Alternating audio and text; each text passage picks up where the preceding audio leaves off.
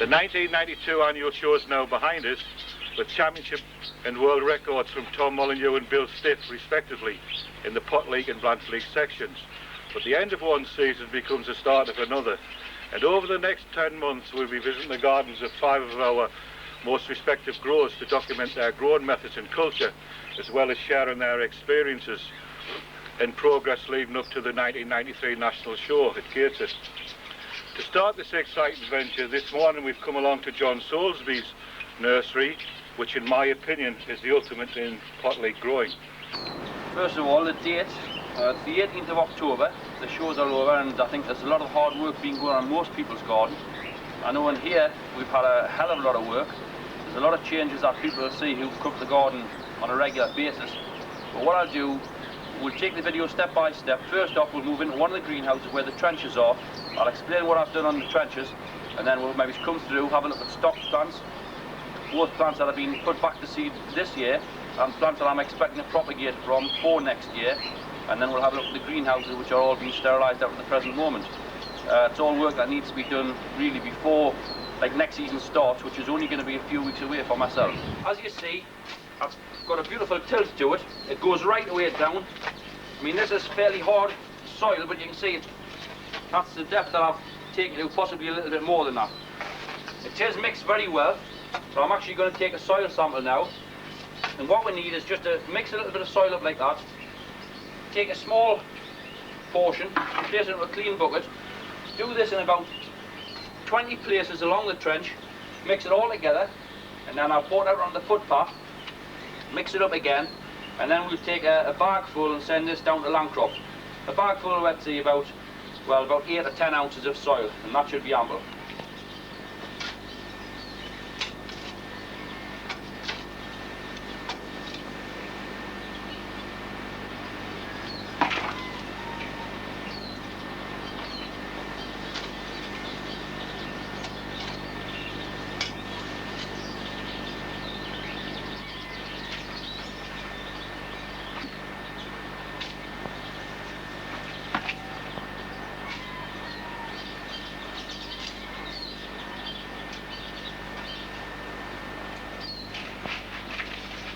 Right, this is a section of what we've taken out from along the trench.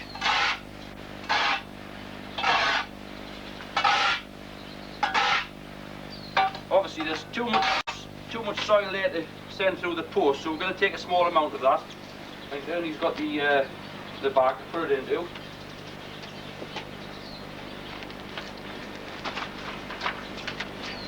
Now with Landcrop, to send everything out, you get a prepaid envelope.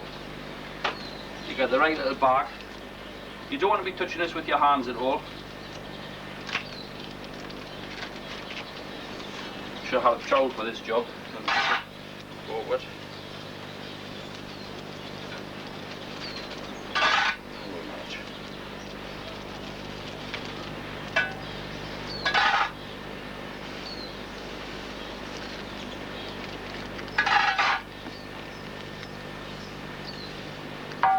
Right, that's just about it.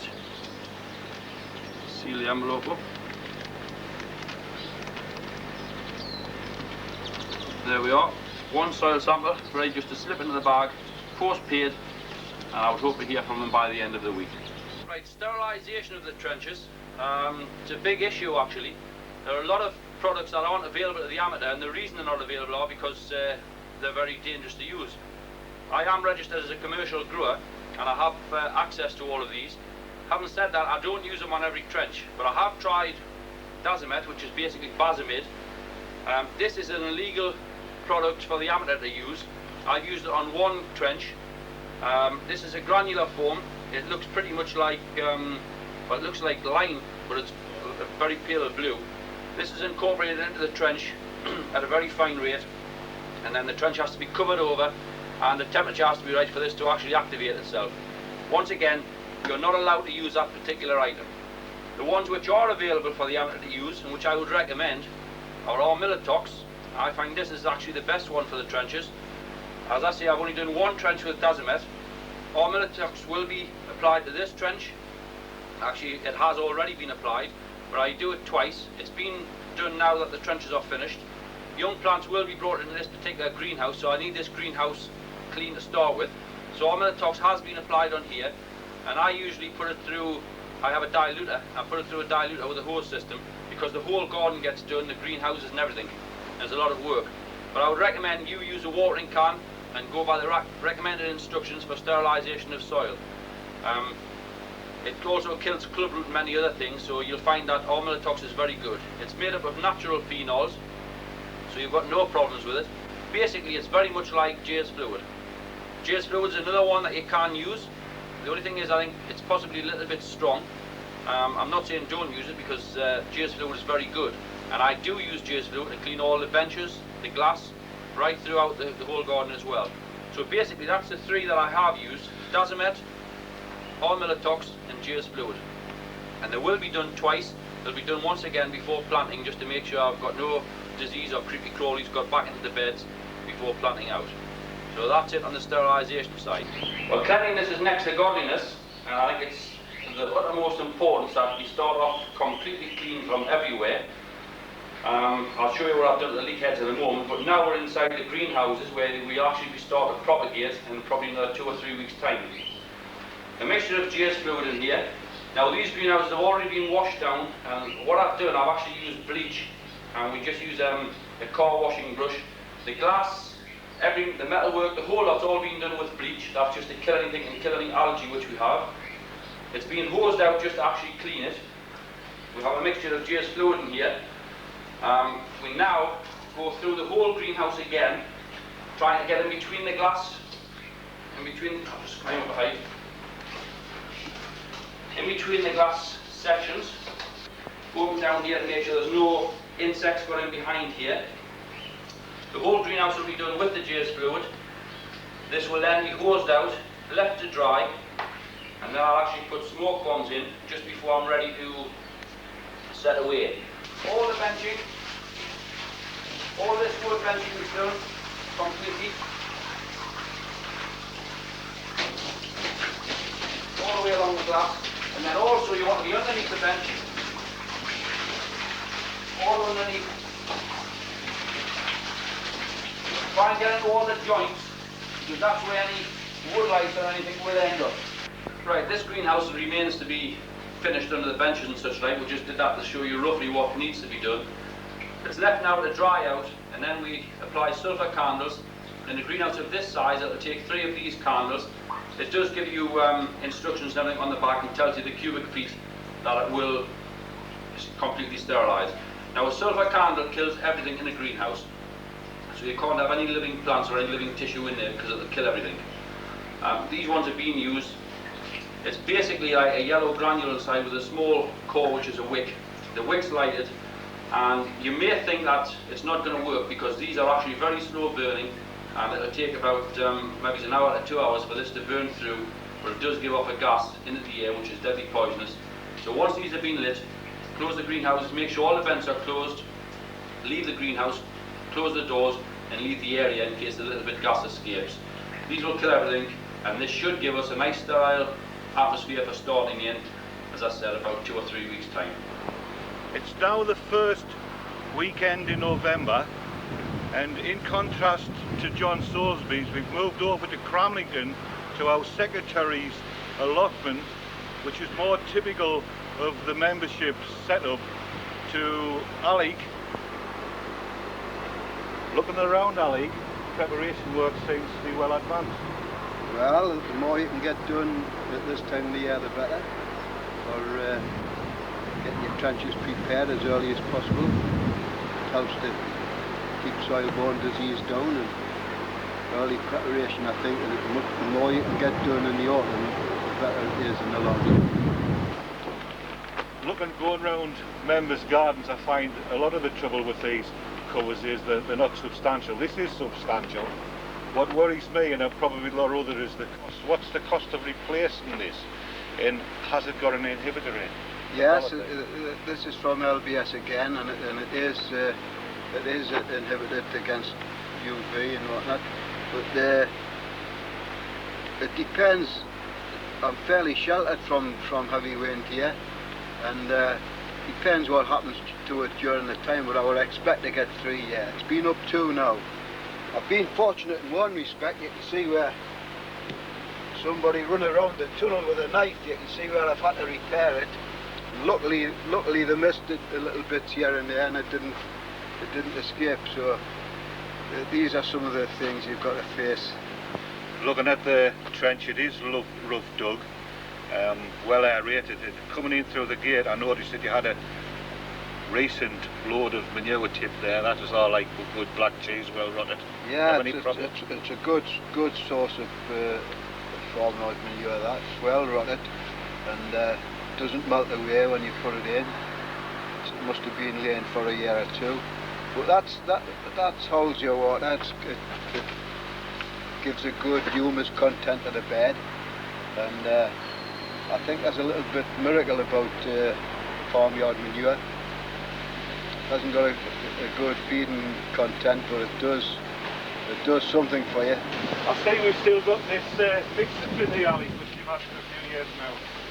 I've got this of Bill Richardson, the president of Chempak, and this is one of the best things I've ever bought, because in the past we used to have to mix by hand with a shovel, you know, and I'm getting any younger and it becomes hard work. Well, this, you just get all your ingredients, and I like to make my own compost. You know what's going into it, you know it's fresh. It just works by a tumbling action. You can hear the compost rolling about inside there, and a few turns with that. Really well mixed. Well aerated.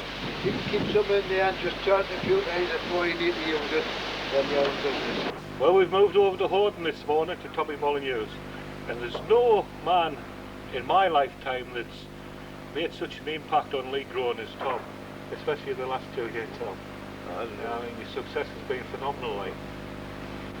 So we inherit this is your leek trenches that you had last year, or how many years have you had these up like this? It will be the 4th year coming up.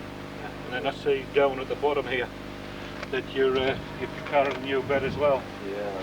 So we've got purpose-made beds with the 2 single ones and the wider one in the middle. The double row, yeah. Double row. So how many leeks do you get in here then? I'll put 12 in each row. I'll get 12 in each row. And the beds have been, like you say, rough dug, seems well aerated. So what's your preparation for this then? Well, this year I normally just take the first 5 foot out and work it forward, you know. But I think this year I'm going to throw them all out when we got a bit dry weather.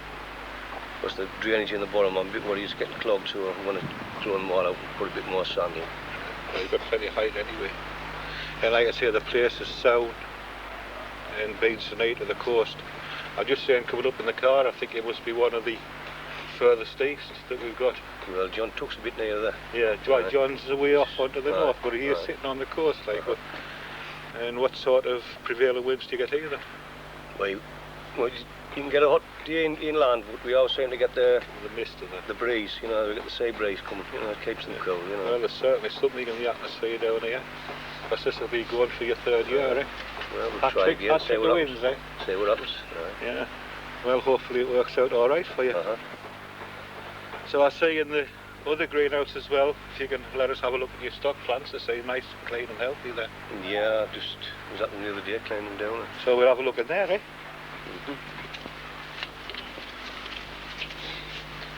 Well, they're nice and clean, Tom. Got a bit of mark on them there. Yeah, right. Good clean stock. Should be alright now. Getting them this far, they should all being well, should say up alright. So what have you got these in then? John Innes, number 3. Have you? Yeah. Yeah, I didn't like the pig-based compost. So with them being so clean and so solid, they must have had a bit of attention. So you're cleaning any dead leaves off as you go on? Oh yeah, you got to keep them clean, yeah. And I see you're not in favour of cutting them off at the base, you let them go. I've cut 2 off, and I've lost one of them. Yeah. And that one's no flash. Yeah. You know, I'm looking like losing that one as well. Yeah. Right, So, lovely. And do you spray them with anything? yeah, I keep the spray going, yeah. What are you using there then? The benlate and diet and whatever. Right, we'll look at some seed leeks now. Stock that we've put back to seed. Basically, I'll just lift this one up. There we have a plant. I mean, this one's been actually grown in that pot, and this is a seedling. It's off a jumbo, and I'm just going to leave that plant to seed exactly the way it stands. These will be removed as this split. And it'll be kept nice and clean. But that's a nice formation. That was a nice leek, and it actually reached 13.5 inches around in that plant pot, and it's grown in nothing but 11 seed too. So I'm quite pleased as a seedling. That's got good potential. Here we have a blanch leek seedling. This is off Ivor Mace's seed. Well, I know they call it the Welsh seedling, but this is actually a seedling from that plant. Once again, been grown in that bucket, and it hasn't been collared, hasn't been pulled, and I think it possibly has a little bit of potential, so I'll leave that one for seed. The plants which we've been grown in the open garden, these plants have been a fair size, 15 inches around. Immediately we've lifted them, we've graded them. There's a little label put on every one, exactly what we thought of them. I usually give them a rating from out of 10. Anything less than 7 doesn't get put back to seed. The plant immediately has the root taken off. We cut the top off. As you see, normally I just leave a stem about 5 inches. The plant is originally that big. We skin it down to a centre ball, just a little bit larger than I usually think the leaf will grow from. This plant's only been put back about maybe a week ago. It'll still not have root. But as you see, the centre is lifted up. This has been cut clean off, just clean straight over. This is grown out. There we have a one set about a month ago, and as you see, the whole middle's come up. These little bits of dead tissue here will be removed. So there's no need to put a full leaf that size back to seed. All it'll do is start to decay, and you've got more chance of losing it. Notice we are covered in a greenhouse here. I prefer not to spray much through the winter, and I prefer not to water much through the winter. These pots are virtually left to dry out. They're moist now, but from now on in, I'll not water these, even if they dry out, for the simple fact, I believe if we get hard frost and they're wet around the roots, or any water lying in the, in these flags, that's how you lose the plants later on. I don't even spray until the springtime. We may get the odd speck of rust in. I don't worry too much about it. We'll clear that up in the spring by removing flags and by spraying heavily in the spring. We water again around about February time. I know we still get some hard frost, but I usually water then, and I don't spray anything until March. A good selection of different leeks here. If we can just pick the one out and follow it through. Right, this is the main stem, which is actually what we're looking for from over here. Plenty of grass. Now this is shaved. This was shaved early September, and the grass has come on very quickly. A good strong stem. If I'd had problems where it had rotted off from the base, this would be cut above the rot, and it would be hung upside down just in the greenhouse, just to let it, hang as it would. I don't believe in putting them in water because it will rot a little bit quicker. On this particular plant, it's thrown 2 suckers of the base, and we have 2 small heads which have been trimmed much later, and the grass is going to be quite vigorous on that. And we also have another couple of suckers which will come up for next year, and that'll produce seed heads for the following year. Right, so we're in the propagating end of the greenhouse now, and again, as you can see, the site of the greenhouse, for a start, you must get maximum light, so that you've got the light right the way around. As the sun's working around, you've got the light all the time. We'll keep getting back to this subject of light, and you'll find it right away through the growing period even. You're talking about maximum light, and this is what makes the plants grow. Photosynthesis is the correct term, but at the minute we'll just mention that fact. We've even got the woodwork is all painted white again for reflection of light, so as you're getting maximum light all the time. The heating in here is another problem on allotment sites. It's under the bench heating. It's solid fuel boiler with 4-inch pipes running around under the benches. Now that's clean heat, as opposed to using colour gas or paraffin or whatever. When you've got combustion inside your greenhouse, you're getting fumes, and that's not good.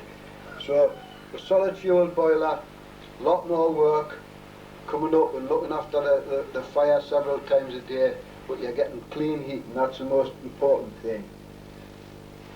If If we had a power source, once again, you could use a thermostat controlled oil or gas boiler, which would be a lot simpler and easier to use. But without the power, well, then you're confined to solid fuel. And I've got the pipes running around to this corner here, and so we can shut this door and have at the beginning, at the early periods when you're just starting away, you can confine this area to propagating. It's got to be clean again, once again, and as you can see, I've got the benches polythene lined here and capillary matting on the benches, and this is most essential when you're using these modules here. Now these carry 308 plants, I believe, 308, and the only disadvantage we've got with these is that they can rapidly dry out. When you've got the sun shining like we've got today, you've got good under the bench heating, there's not a lot of compost in these modules, and they can dry out rapidly. And this is why we've got the capillary matting, so that you can wet it, and they'll take the water up as they need it.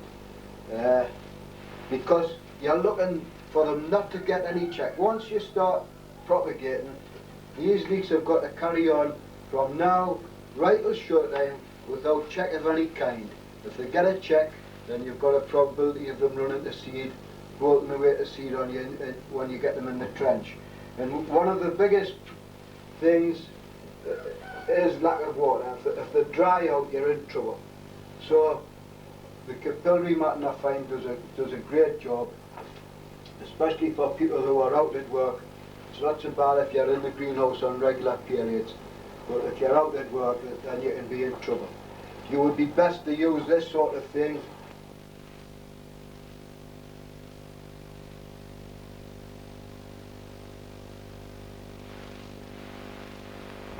to don't dry out rapidly, and you've got a fairly big volume of compost in there. So you can leave these for longer periods. So if you're in that sort of position, it would be best to grow like this. These ones, again, as I showed you, these are the boulders just starting into growth. They're just starting away there now.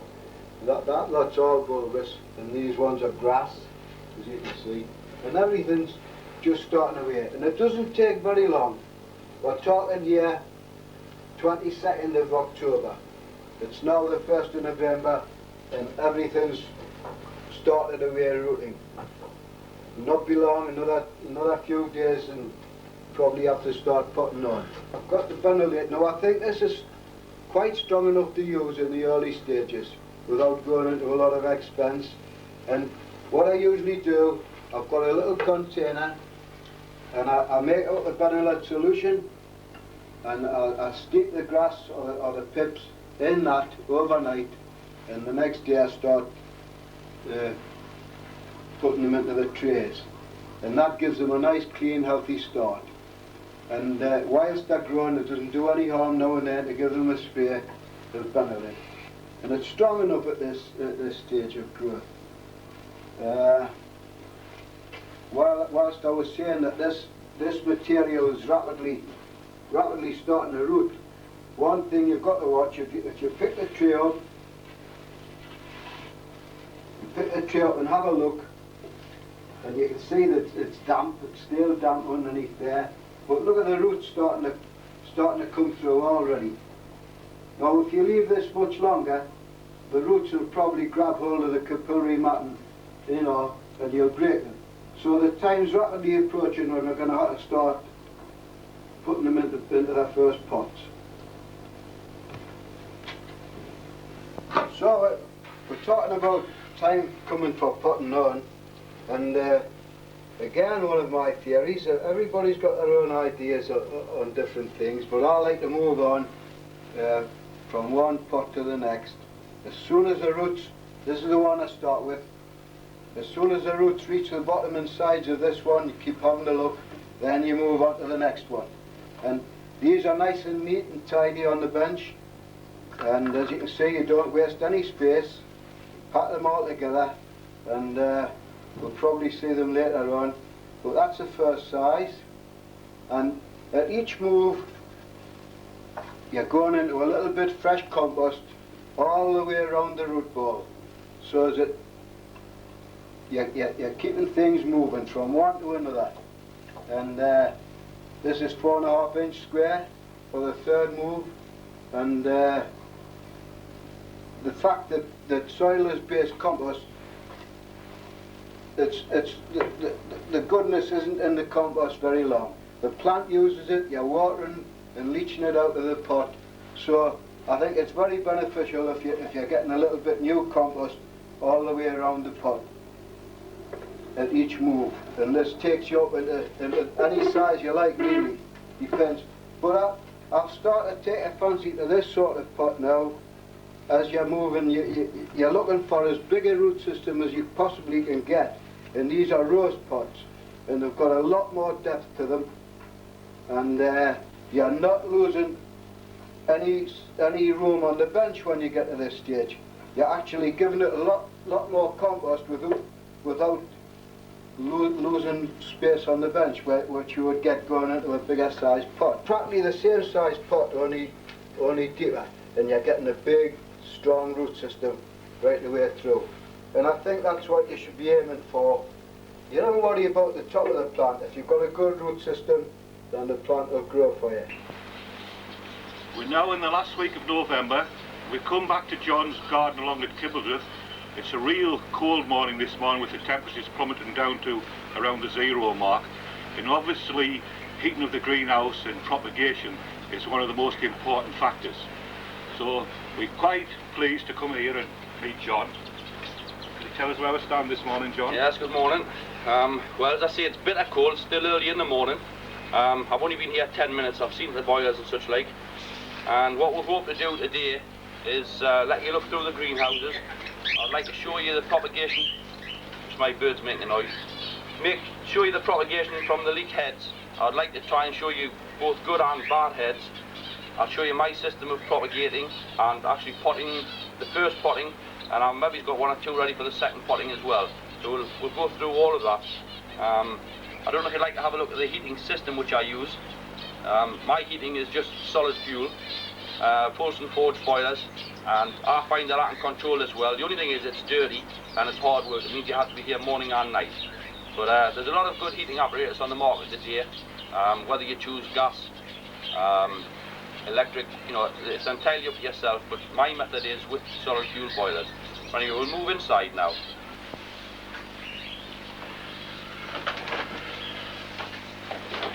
I see you're not using any polythene on the greenhouse, John. Well, I prefer not to. I like as much light in the greenhouse as possible, and I don't mind even having to step the heating cost up a little bit to compensate for the light that you lose through putting polythene up. So what sort of temperature are you maintaining? Well, to start off with, I started on the 1st of November setting leeks away, and I'm just aimed then to hold a temperature of about 50 degrees. But now that the plants are starting to grow, they're getting rooted a little bit. I've upped it a little bit. I'm round about the 58, 60 mark at the moment.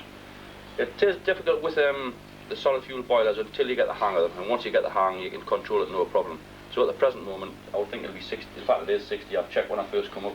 And they're all looking nice and green and nice and fresh. What compost are you growing them in? Well, there's several good brands of compost on the go. Up until 2 years ago, I always used to use Chempak potting. I used to mix my own. I used to set away in the seed base and then move into the Chempak potting. And I found this was excellent because it was fresh all the time. It was, you know, you had it at hand when you needed it. But growing so many now, I had to move on to something that was already usable for me. So I've had to switch on to Leviton. And I start off in Leviton F1 compost, which is a very fine grade, and it is actually a seed compost ready for setting away in. That's what we start into. I'll then move into M2, which is a medium grade, and it's like second strength. It's like a John's number 2. And the final potting, I move into M3 and C2 mixed. A lot of people come and they say, do you add anything with it? Do you add sand, or, you know, do you put any more fertilizer in? No, you add nothing. I mean, these companies like Sufficence and Chempak, they spend vast amount of money on research. They're getting the job right. When they actually give you something, it's bang on, it's ready to use. So I wouldn't recommend any amateurs to start messing on with adding extras to it. There's no need to. And we'll see in a moment. I'm just going to take some from the bag and we'll just use it straight away. You are a big believer in modules, and they're great even for the guy that's only got an 86 greenhouse. Well, I think modules are the way of the future. I mean, you've got to look at everything, you've got to move with the times.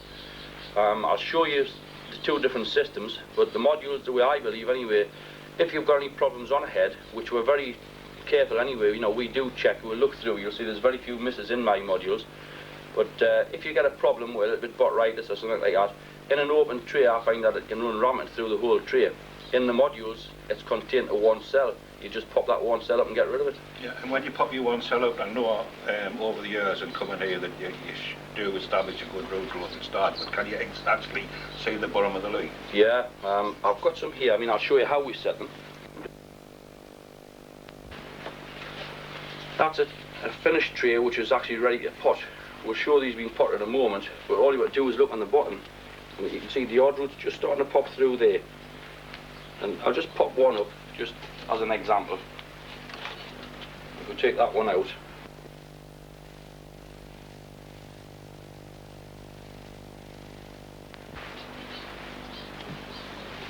Now we have the roots there, you can inspect that, everything's going well. Basically that's a young plant just ready to be cleaned off. Just take, that's the original grass that we set.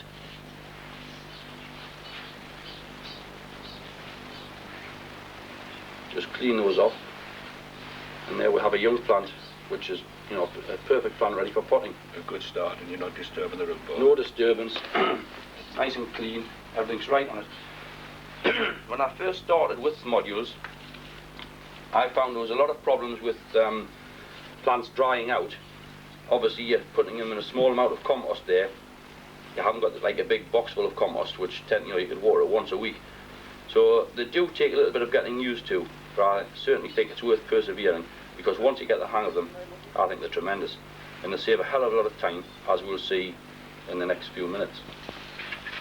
Well, here we have the cell modules which I use. If we take note, it's a wide hole in the bottom.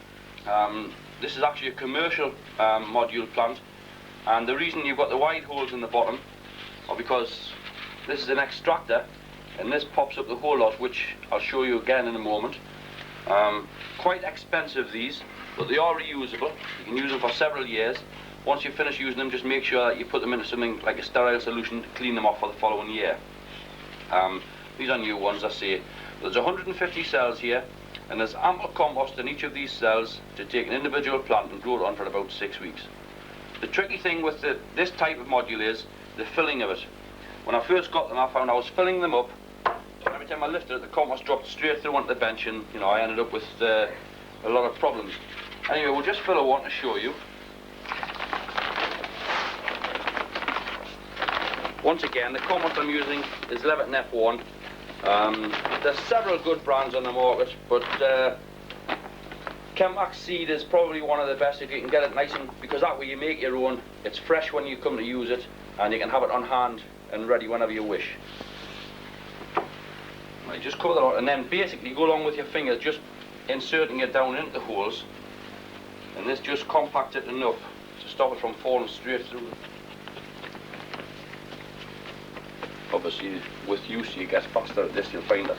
Once you've got it all on, just level it off and scrape the surface off. And you can lift that up and none should drop through, as we see. Right, these are beautiful and clean. That's the base. There's a tiny bulb on the bottom there. You don't always get that. Just clean the little bits of dead chaff off. Lovely and clean. The method I use, starting at the far end of the tray, I usually clean a few bits of grass off first, have them lying ready. Just make a small indentation.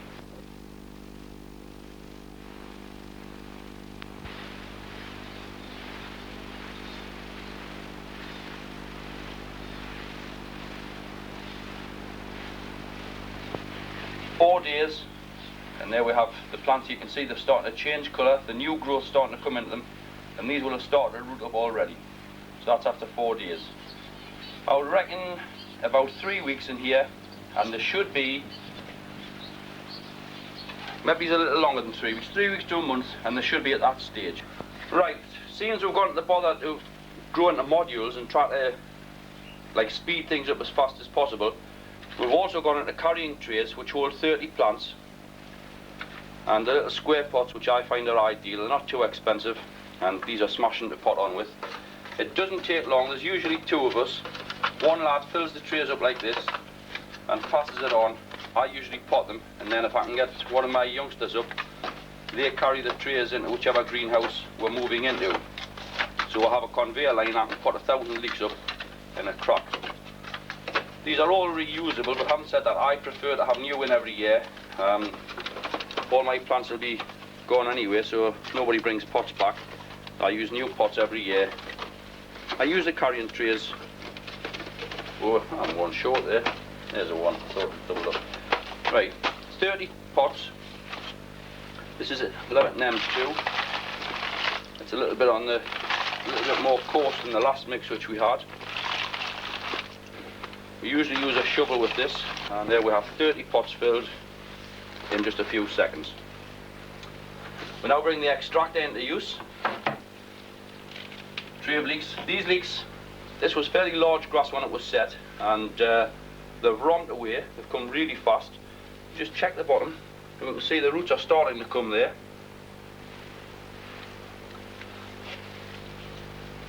Place it nice and square over the extractor, and then all you do is just drop that down like that, and there we have 150 plants just raring to go. Right, just to show you, tremendous roots there, so that they've taken no hurt. Just remove the dead piece of grass which we first started with. That's it, potted plant. We can go along a row, just removing the dead.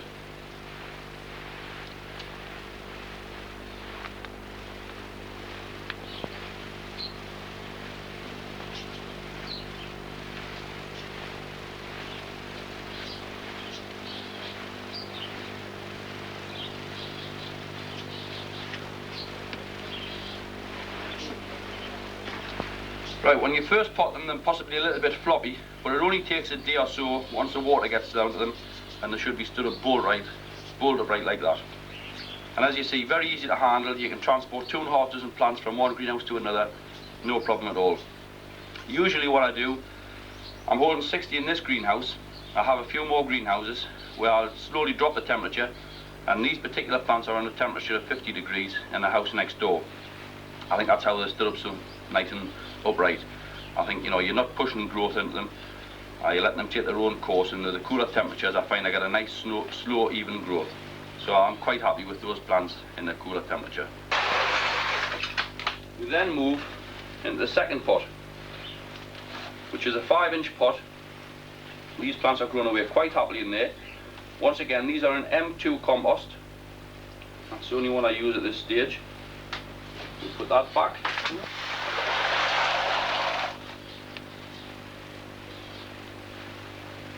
Well, for November and back into December, and we've certainly learned things here today, John, and certainly give us room for thought. But looking in the height of this greenhouse, we've got quite a bit of condensation. What's the idea of leaving the top off? Well, I mean, obviously we'll have lids where we can close the condensation off. This is actually the heading tank from the boiler, which is outside. Hot pipes run right through the greenhouse, and this is the heading tank where it either vents itself or you fill up with fresh water. I like to leave the top off to get the humidity into the air. It's excellent conditions for young propagation of plants, and you know, I find it great. What you've got to be aware of is the temperature doesn't drop where you've got a high humidity level with a low temperature. Also, I ventilate every day. The doors are open in the morning. I usually open the roof vents up, and we try to clear all the stagnant air out and have fresh air brought in. Immediately we close up, we lift the lid off here and try to get the humidity content back up in the greenhouse. That's just my belief. I think it's a good help to the plants. Temperatures in here, once again, we're mainly propagating in this greenhouse, so I'm holding 60 in here as well at the moment.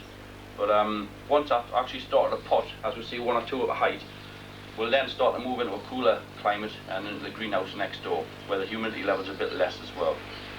Well, we look forward to coming back in. I would think February, then we should see quite a difference. It should be a good time. I mean, there's a busy month ahead throughout December. I'm busy with other things, but throughout January I'll be potting up quite hard, and by the time we come back in February, you'll not have missed much. All that should have happened is we'll have potted on a lot, and plants should have grown quite a bit, and you'll see the growth What I would say, there was a couple of lads up during the week, and they were asking, are you actually feeding in the modules? Well, I certainly wouldn't feed a plant at this stage. You're not going to do it any good. You're going to get soft growth, and that's how you run into problems for any disease getting into the plants. So I wouldn't recommend feeding whatsoever. As long as you use a good compost, that'll be enough feed to see the plants through.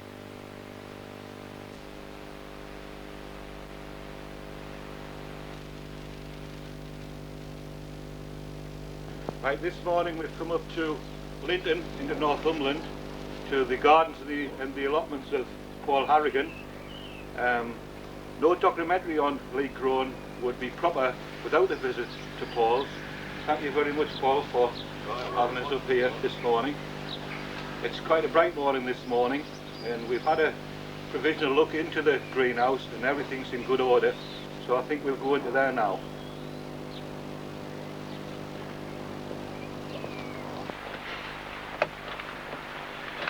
The problems in the past with me is I've had leaks far too early, and I think these lights is starting to the faults with the lights is starting to become apparent. I think these lights is pushing these leaks, especially these new leaks, far too far forward too early in the season. So I've set leeks away much later this year, and I'm just going to use them, let them grow naturally under natural conditions.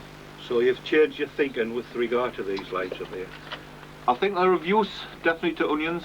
That's been proved.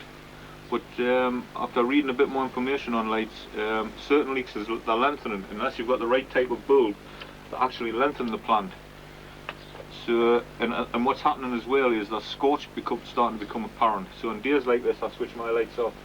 So where it's bright and sunny, you're not bothered with any lights at all? I'm not bothered at all. I've knocked the timer off. If it's going to be a dull day, and the weather may not reliable enough to get a dull day, I'll switch the light on. Well, they're certainly looking well about them. I'm impressed with the colour. The colour's fantastic. And you were just saying when we were talking earlier that you've got another couple of ones coming on. I've got 3 Ernie this year. I've got a leek which is very similar to the jumbo. At the moment it's got a bit length about it, but I'm not bothered about that.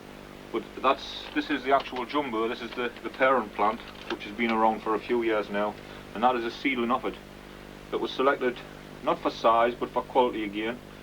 But the jumbo in itself, with the age, is a bit virus has crept in, which depletes the vigour a bit. So say I'm quite optimistic on that one.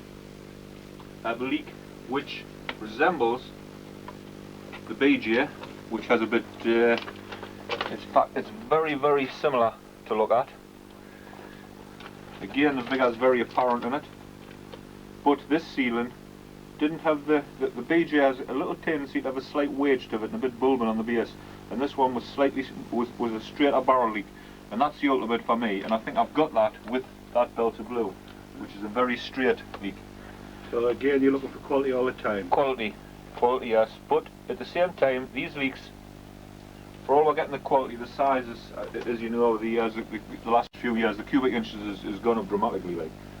But you must put quality above everything else. The last visit you weren't quite established with your lights.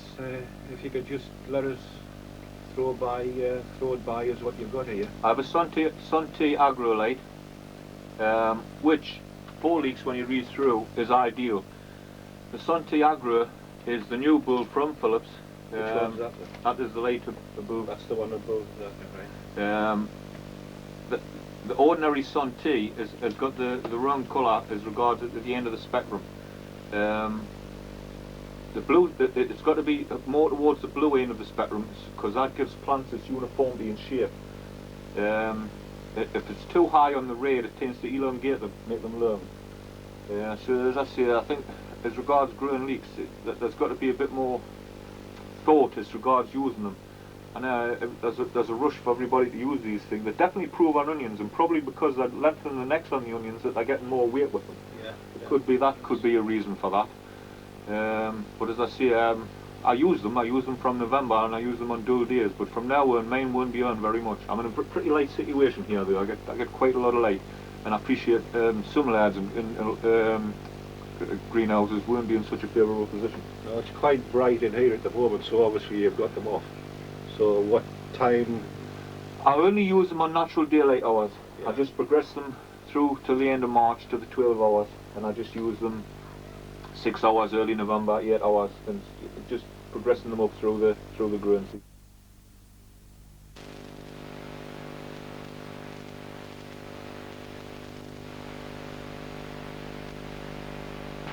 This morning's the first week in February, and after all of the winds and the heavy rains, it's quite a nice mild morning. But we've come up to Quebec to Bill Stiff's garden,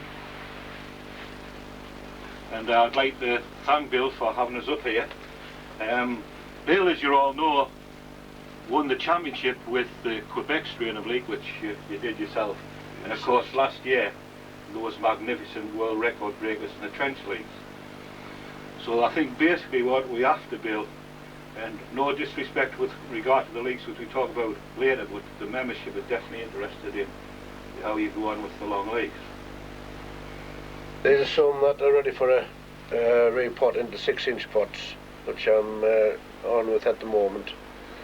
The leeks, they have about 7 or 8 flags on, and they don't start to colour them yet until about the middle of March. So they were set away when? Oh, say these were set away in about November, beginning of November, something like that. And what compost do you use for that then? Well, they have been in M2, but our next potting will go into M3, Levington's M3. So how often do you move them on? As soon as the roots are at the bottom, I'll move them into a bigger pot. Possibly they'll have another potting after this one, and I expect to be able to plant them out the end of April, something like that. I've been noticing we've been around to the other lads, one or two of the other lads, and now everybody's got the same good, fresh, clean colour, and they look nice and clean as well. Yeah, yeah, they all seem pretty healthy, these. And they have been sprayed a couple of times with Benelier. And that's about it, I think. And you're using the support here for the kid, yeah, right? As it goes to a bigger pot, they'll have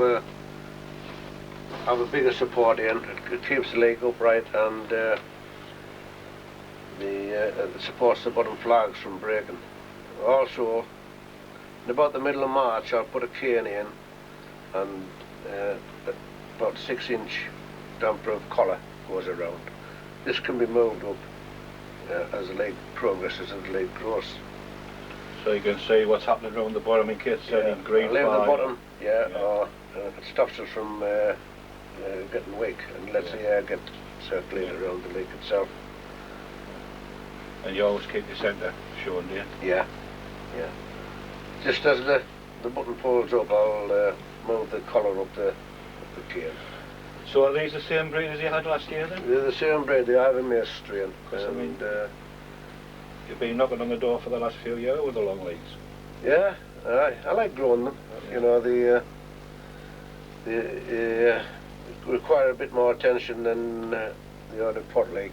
I like growing them. So you're up into the equivalent of a 6-inch pot now, and then what do you go to next? Possibly an 8-inch. And then where do you go from there? Plant out. Plant out. Hopefully to plant out. Which will be when? End of April, possibly, yeah. Weather permit. Yeah. Well, the covers, I'll be putting the covers on in about a month's time. And I'll also cover the bed with polythene. We'll have a look out and have a look out at the preparation of the bed outside. So you've got your greenhouse lined out with polythene. Yeah. Keep this on till maybe the end of February. And what type have you got, Bill? Oil. You're oil fired. Oil, metamatic. Metamatic. Yeah. And again, you're using the peat on. Yeah, but I haven't done all the greenhouse out. I think it tends to pull the roots through. If the roots go to the bottom of the pot, you tend to come through the bottom of the pot and go into the peat, and they get broke. So this year I've just done this little bit of like a nursery spot like.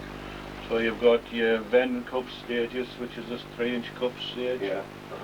And then up to the next stage. Yeah. So you've got a good balance of stuff. And you're on with the pot leeks as well. Yeah. Yeah. These are my own. These are all Quebec breed. These were set away about the beginning of December. Pricked out into cups and then potted on. Oh, maybe about in the middle of January or something like that. So how many pot leeks do you grow? For myself, about 40. Yeah. And about 30 blanches and 40 onions. And then I grow maybe a few seedlings and that as well, you know. And you're quite successful with the onions, and I say you've got one or two decent sized ones underneath here. Yeah, I had a good year with them last year, actually. The Robert Holmes breed, you know, they're the World Championship strain. And I've got from Robert Holmes.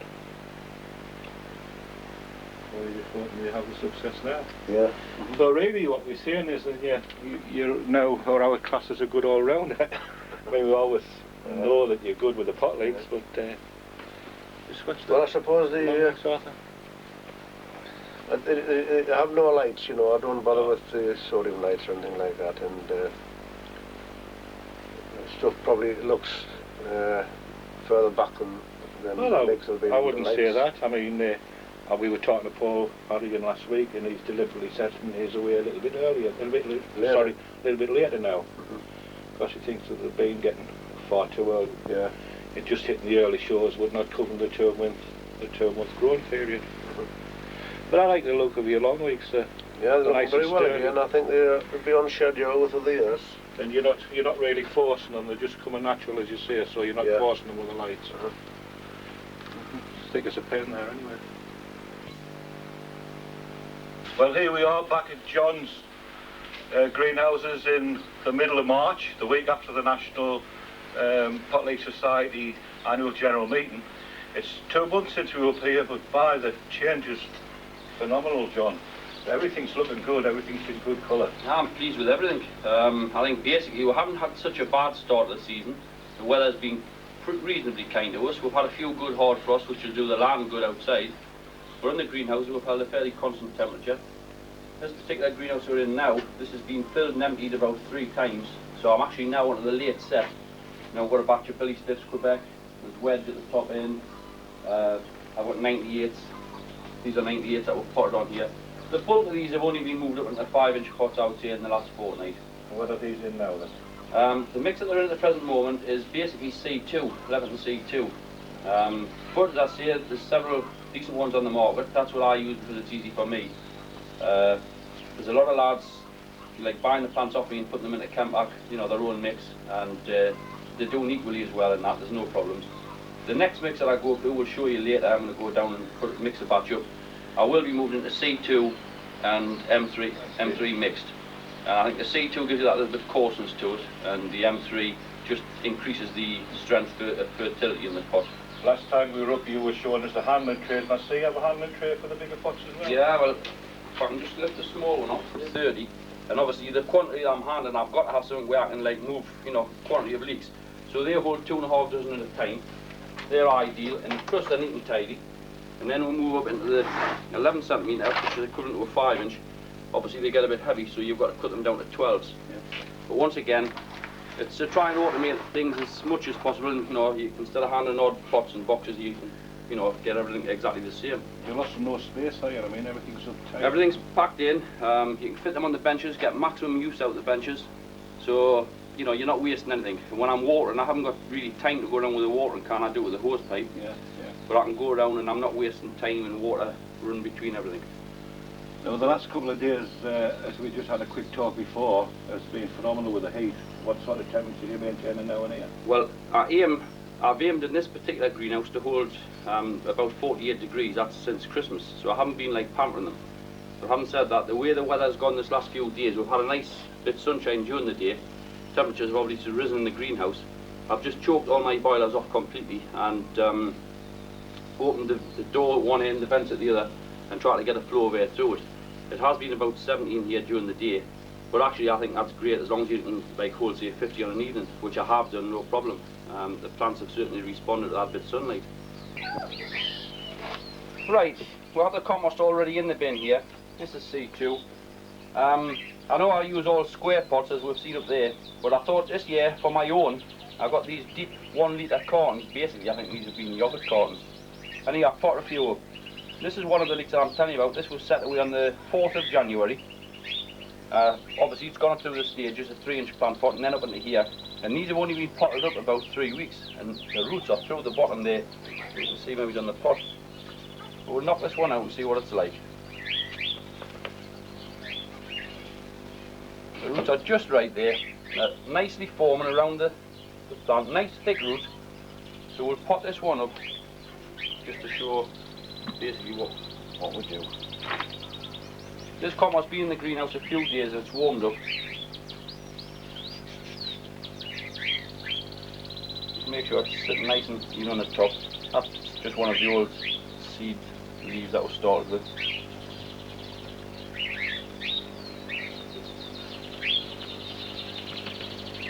These are 4 litre deep rose pots that I'm putting them into, and this is actually my final pot.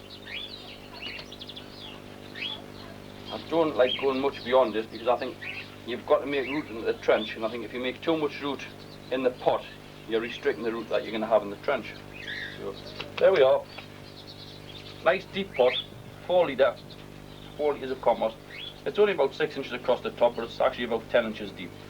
So they are sitting there quite comfortably now. A lot of lads will say, should I add anything in, in the fertiliser to keep them going till I plant them? Well, I have done in the past. I've used 5-coat and I've used Osmocote, which are both slow release fertilisers. The only thing is I find that with the slow release fertiliser, you're actually feeding them later in the season as well when you maybe shouldn't be. So I don't add anything now. I stick with the compost exactly where it comes out of the bag. I find, let's face it, we're in the middle of March here, so in 6 weeks' time they'll be ready to plant out, and that's going to take me through to the end of April, and I would be hoping that I'm planting virtually everything out by then. So, I don't need any supplement feed in there. If I think the plants are looking a little bit pale in colour, I'll give them a feed of Chempak number 2. And basically that's all they get. And I'm not really the one that will be feeding every week anyway. As you see, we can maybe move down onto these white pots, down here. This is the complete late batch which we've set away, and I'm very pleased. There's different varieties in here, mind. What I've done is taken either a dozen or maybe 30 off different ones. If you remember, I set some away early, which I said was a new seed, and I was frightened I was going to lose it. Well, I've got those 6 next door to show you how they're coming on.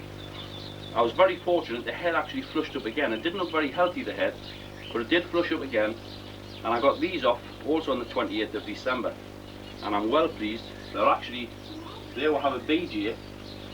Mind, that wasn't set until the 4th of January, but if you take notice, there's only a week's difference, and that one's even outstripping the BJ at the present moment. So with a little bit of luck, this could produce a good leek. The roots are through virtually every pot, all the way along, so I'm well pleased, and I'm going to start potting all of these up this week.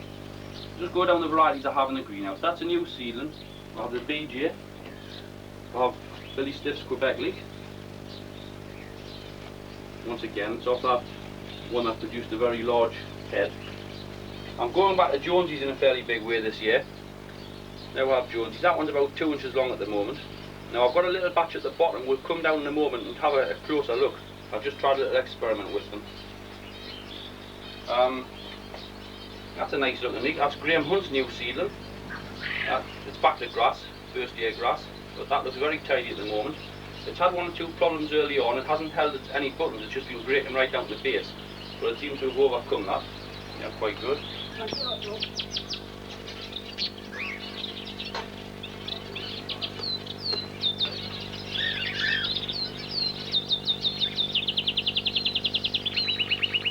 The greenhouse is getting a bit cleared out now, but there's 1 or 2 things still we can point out. Now, we emphasised the last time you were here that the value of potting on from one pot to another and keeping the plants moving. Well, you look after your own stuff first, so my own leeks have been potted on regularly. You know, these leeks are from the same head. You'd hardly think it, but due to the fact that just these have been moved on a regular basis into a larger pot with a little bit new compost, and the mass of the other ones that I just hadn't room for to do that, and you can see the difference. And they're the Joe Calvert's breed that I've got in down there, and as you can see, off the same head. And he has it just to prove that it's not just with one kind. This is a jumbo And the same thing applies here. You see, small pot, small leek. And as you move them on, the size improves. And this is another one. This is another one, a new off a seedling, this one. And again, you can see the vast difference in the two leeks. So that proves to me, you know, that the value of potting on. Another thing we should look at here, I've been putting me blanch leeks out, and I've got one or two to go in yet, and you can see that it isn't necessary to put a full colour to get your blanch. There's a good 10 or 11 inches of blanch on there, and that's been achieved by this one little bit colour here, 4.5 inch builder's damp course, and just moving it gradually up the two canes as the leaf's getting longer. There's the button of the next one there, and that's all it takes for to get the length. And that means the air circulating around the barrel of your plant without getting too enclosed and damp, and it's keeping you can keep an eye on any aphids or whatever. Spray them, the spray gets onto the stem, and as I say, I mean, you've got to come onto a full colour when you start blanching them, but in the early stages it's unnecessary. And they're as good at blanch leeks as I've grown. There's another one about the same.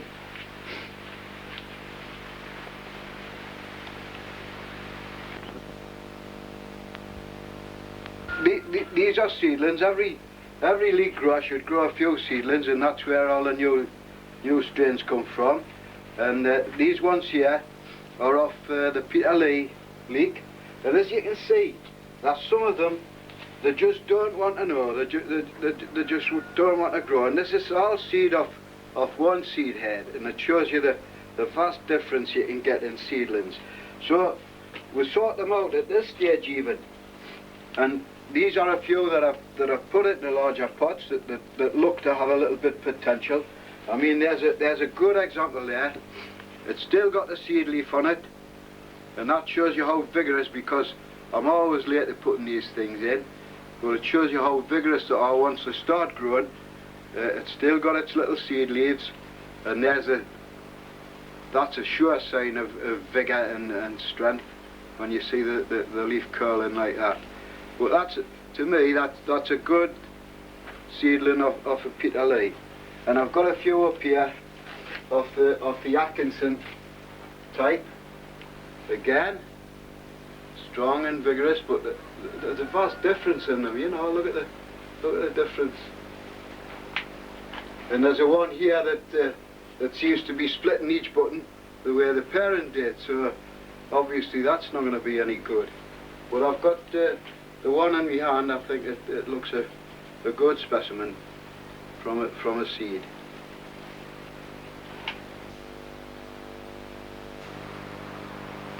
Traditionally, planting out time used to be the beginning of June, or anywhere from the middle of May up to June. But now, with earlier shows and people getting the leeks in earlier, then they've got to make the decision whether to cover or not to cover. And a lot of our members now, and especially our 4-5 exhibitors, are all ready for planting out. So we go over the next few days, or the next couple of weeks, we'll be visiting them and taking the advantage of seeing their methods of planting out the leeks and where they are at this stage. Today we've come along to Alec Waite's, our secretaries, and as you see, he's all but there, and we're in the second week in May, and obviously he's just about to be finished his bed. So here we are. Your leeks are well on, Alec. They're as far on as any of the gardens we've been round. When did you start planting these out? Well, I started on Good Friday. As early as that? Yeah. And just slowly worked my way down. I've just got these few to finish. I think due to this this project we're on, it's made us sort of try a little bit harder this year. Yeah. The all our Paul's just been saying the same this I've got morning. them nice and clean, and in fact I'm very pleased. As good as whatever I've started off with, you know. Right, so all you've got is these three. Are you going to put them in for us then? I will straight away. There comes a time when you've got to make your mind up whether to plant or not. If you're going to wait another 2 or 3 weeks, it means you've got to pot on. And if you pot on and you want to plant straight away, that tends to, the compost will drop off the bottom and snap roots. So you've got to think to yourself, well, if I'm going to pot on, I can't plant it for another 2 or 3 weeks or whatever, you know, till the roots are firmly into the new compost. And planting out to give them enough room. The first time I tried this, you know, space is at a premium in a place like this. You've got to make use of every bit you can. I tried 4 across, it was far too many in, so I reduced it to 3 to give them more room. And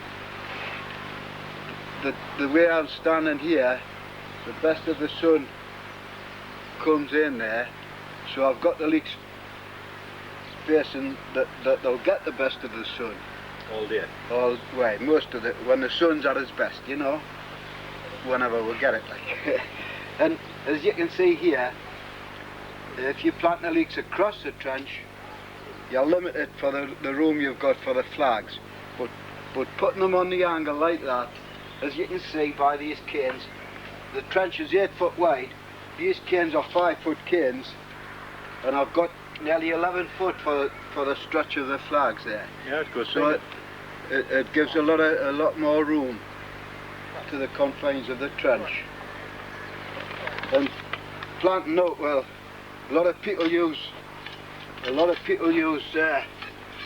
something for your depth, but I think over the years you just get used with spacing and whatever, and it just comes naturally, I suppose. Now I always use some, this is BHC Gamma dust, just for soil pests, and I put a bit of that in the hole.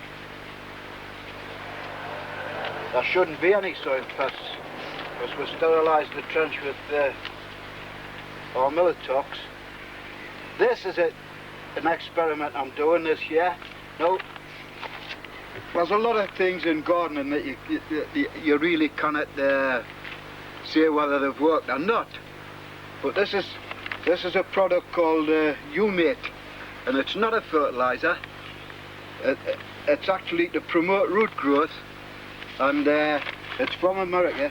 It promotes root growth, and it makes all the fertilisers that's in the bed available to the plant. And that's the blurb on the packet anyway, whether it works or not.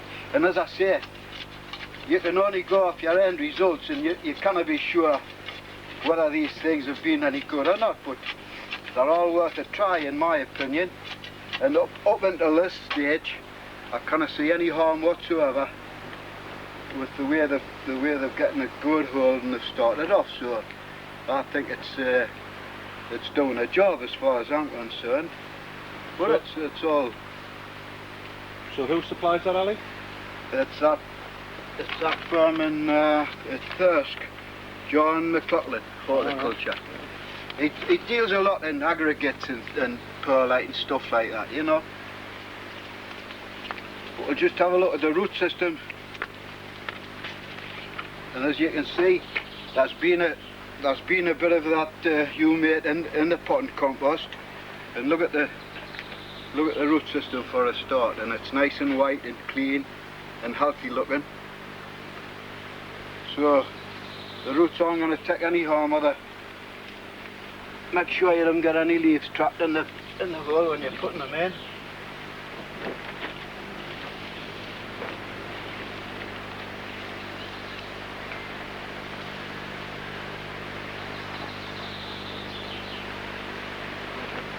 I like to make sure they're in good firm contact with the soil. And most people these days, the breeds of leeks who are growing at the minute, they do tend to go along if they've got a fault. And for the early part of the year, when they're growing at the hardest, we usually don't plant them deep. Just plant them so as they're supported, and it gives you more control over the length, or supposedly so anyway. The next stage is to water them in. No.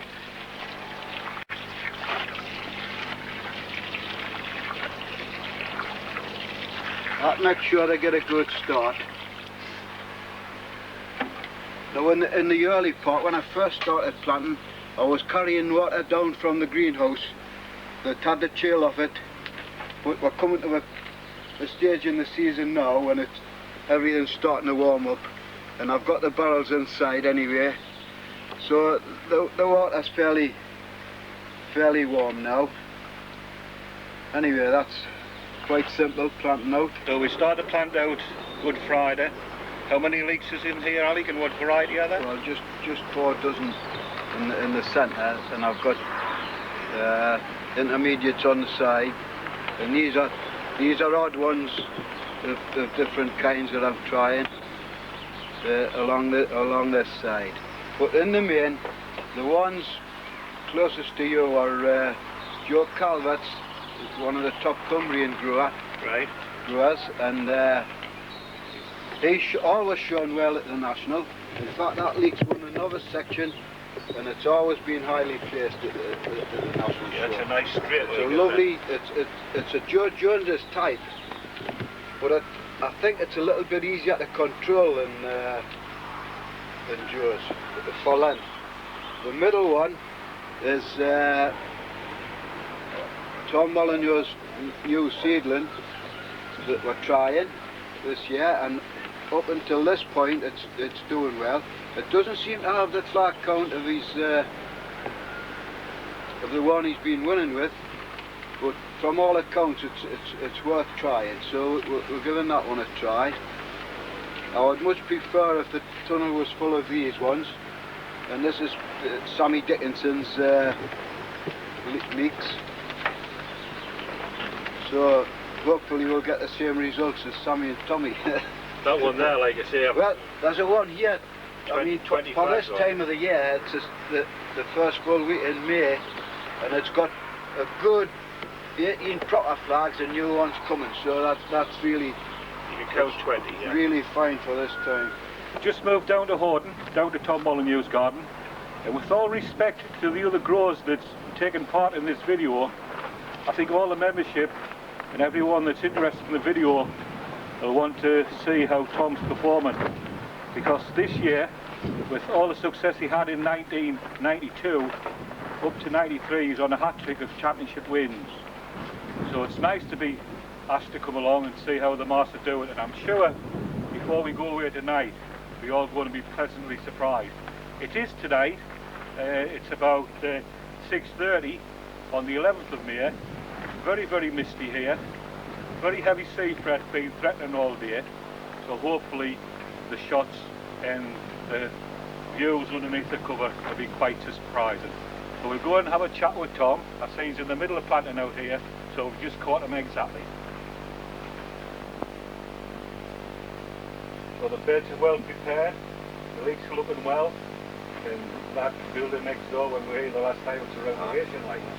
It's finished a few years ago. Right, so all the members here who want to know the Tommy Molyneux secrets, I'm sure you're going to show us, so I'll just stand back and watch it. You know what? Sorry. Close to one side, but tops the trenches off later and I'll branch up. Because I'm planting these leeks on the top.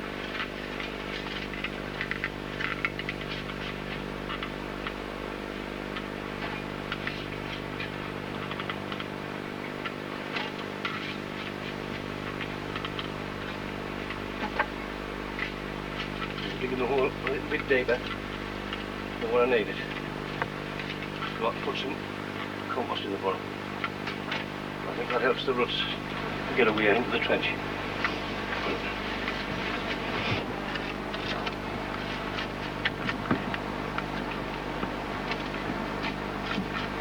I'll put a bit of compost in the bottom.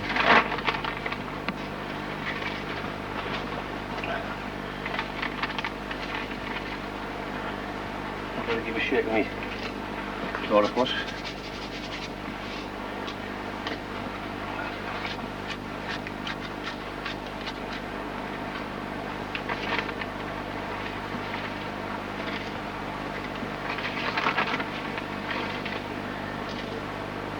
Right, we'll have a bit wrestle this like now.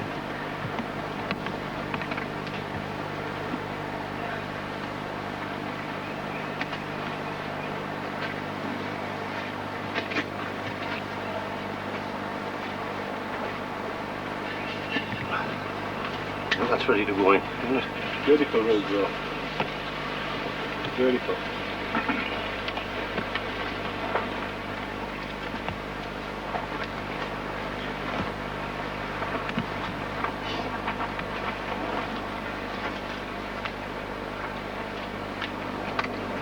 More compost on the side and it's just like popping it on again, isn't it?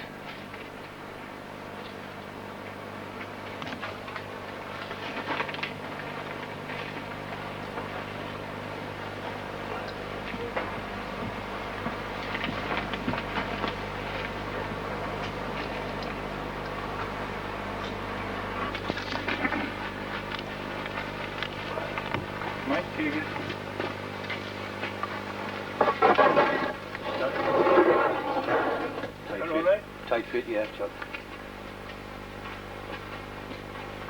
Compost.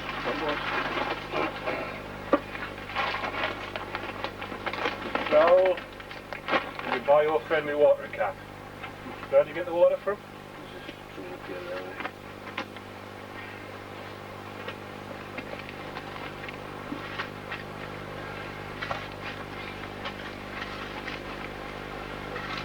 So have you added anything to the bed since you were last here? I haven't tested and I've just put on what he said. Yeah. Well, that's what it's all about, isn't it? You can all joke with the fertilisers, can't you? That's right.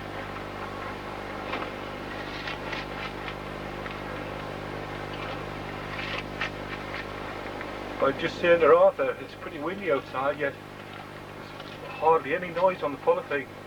You know, you've really got that taut, haven't you? Yeah. Well, if you catch a warm day, it stretches easy. Yeah.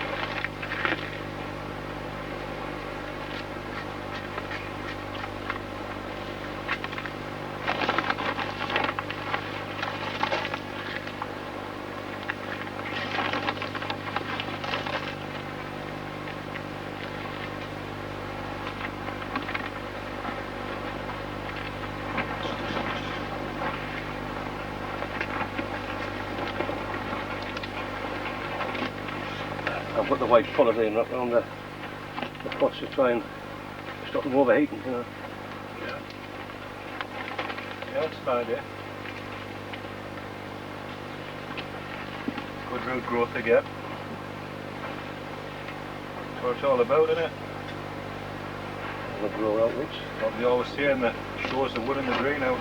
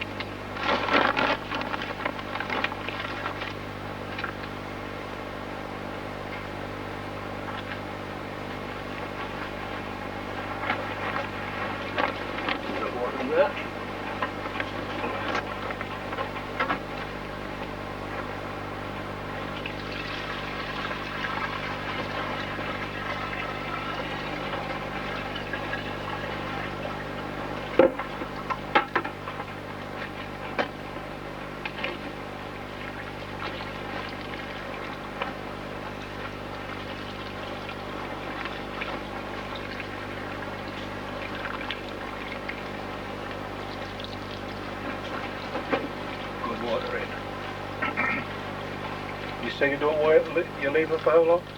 Just a couple of weeks. A couple of weeks. Depending on the weather, we're going to a hot weather, might not be 2 weeks.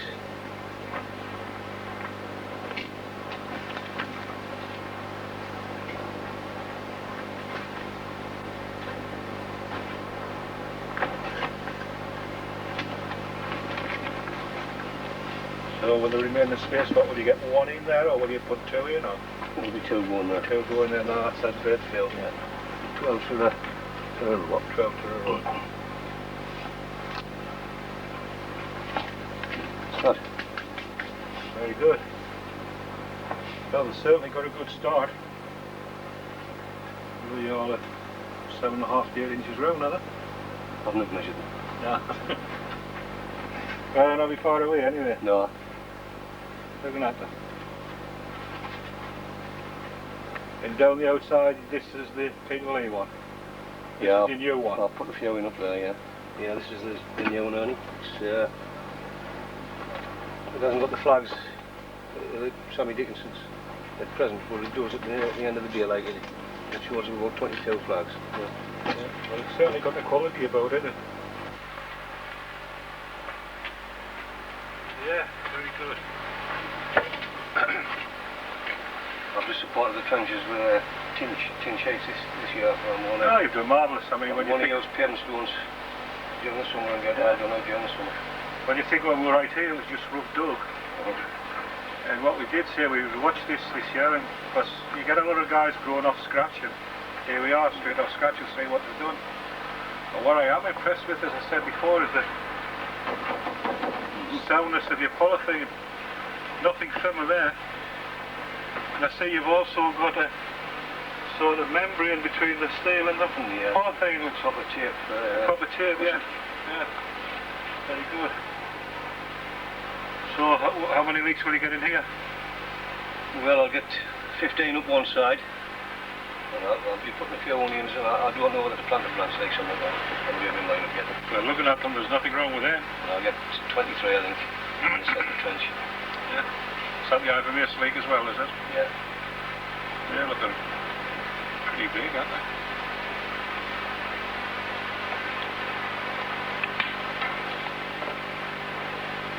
So what have you done with this? I've just rotivated it. I've rotivated about 4 ton of sharp sand. Right. 4 bales of peat. Right. Anything I'll get my hands on just to try and open it a little bit. But we've had that much rain. It's been a kind of job getting it done. Right, it's on May the 4th here today, and I would have liked to have had these leeks planted earlier. This is an indoor trench. It's in a heated greenhouse, which hasn't had heating on now for quite a while. But I have started to plant leeks out. I've got a few out. I've kept a couple back just to show you. Now these are actually the biggest leeks which I have at the moment. This is the jumbo. As far as I'm concerned, that's a lovely looking leek.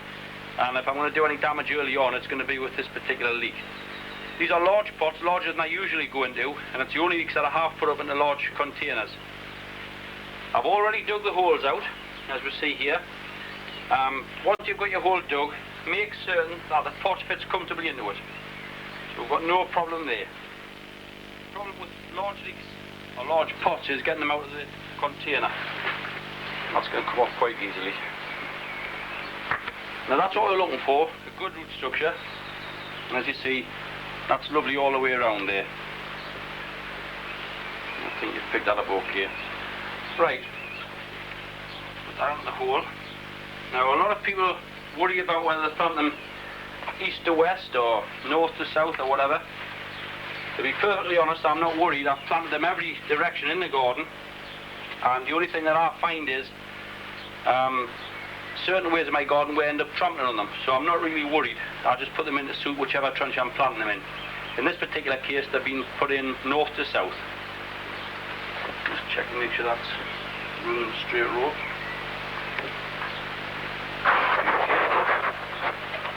All I would recommend now, basically, is a little bit of Ramorphous in around them. And now it's called Chlorophus. Use that. And then we'll just fill in the soil gently around them. Firm the soil well down, making sure you've got it all the way around, and firm the plant down as well. And basically that's that. No problem. This is all new soil, which is the soil we had imported in at the end of this last year. If we can bring another one in, just in case you didn't pick that up properly. Once again, check that the hole's deep enough. In this particular instance, the jumbo, it's very short at the present minute. These are only maybe an inch and a half, an inch long, I don't know. They're sitting right on the top of the pot. There, that's the base. I want them to remain on the top of the trench, so the pot's just level with the trench. I'm not sinking it at all. Knock that one out.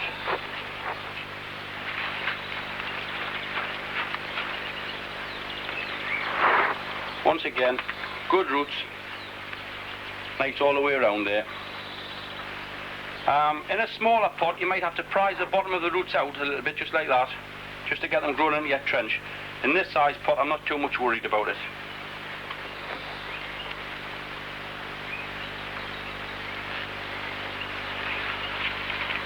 Make sure you don't bury any flags, any foliage.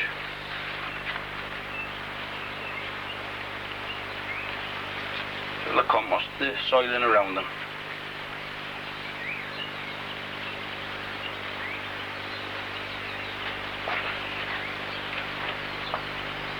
There we are. 2 leeks planted, that's ready just for a good soaking now. They'll get, I would think maybe it's 1 gallon to 2 gallons per plant tonight to get them settled in. I'll go along the full bed now. I'll not just water around there, I'll water the whole lot. I'll probably even wet the foliage tonight, give it a good soaking. And then from now on, the only time they'll actually get wet on the foliage is when I'm actually spraying them. Fertiliser in this bed, it's new soil. It's very clear actually. Don't know if you can pick it up, but if I crush that, it actually produces a clear ball. But it's just what I've been looking for. My soil previously was a very light loam, and I don't think I had enough kick in the soil, and it wasn't holding the nutrients I would like it to, and it wasn't holding the moisture that we wanted it to. So I'm hoping the clay-based soil should do the trick. The only problem in here is I can't plant out too early because I grow a hell of a lot of hanging baskets, and they've actually been hanging up above the trenches. At the present minute, you'll see there's still quite a few up a height here. Can you just move that up? These are offset behind the plants, and that's on the north side of the plant, so the sunlight is still catching the plants. I'm hoping that these will be gone in a fortnight, and we can get on with leek growing thereafter. So I've got some outside which I haven't started to plant, but I've prepared the bed. I'm going to do it slightly different than normal, make it much quicker, and we'll go outside and we'll have a look at those.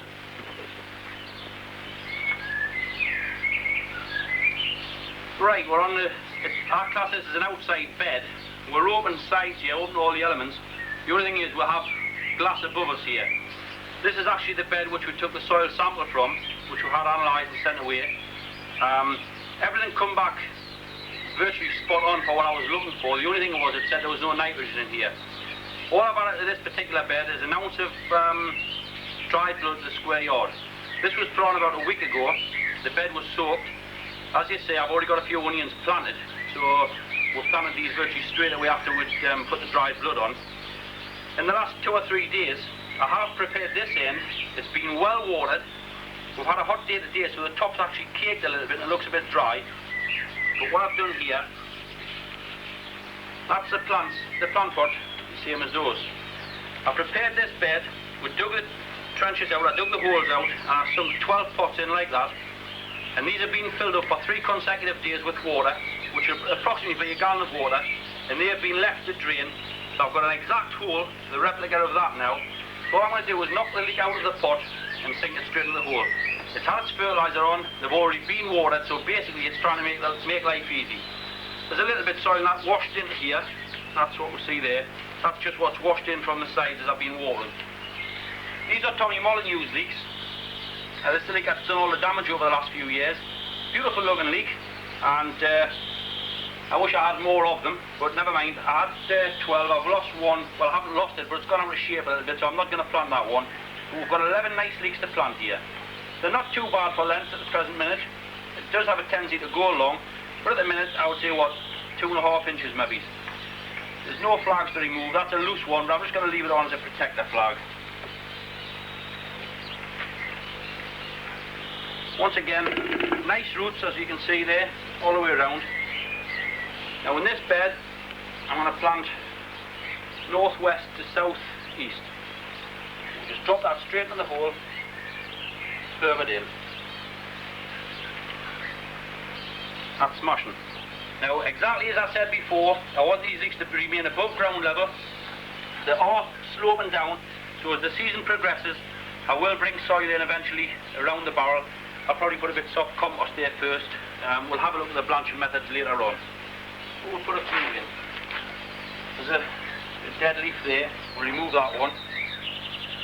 And there's one there on its way out, so I'm going to remove that. Just starting to decay, it's starting to go yellow, you can see by the pot. I wouldn't remove any foliage. That's nice and healthy and nice and green. But if it shows any sign of decay, you might as well take it off the plant.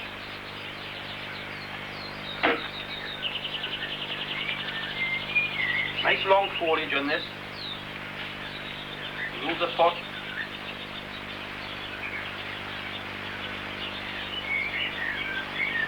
Drop it in.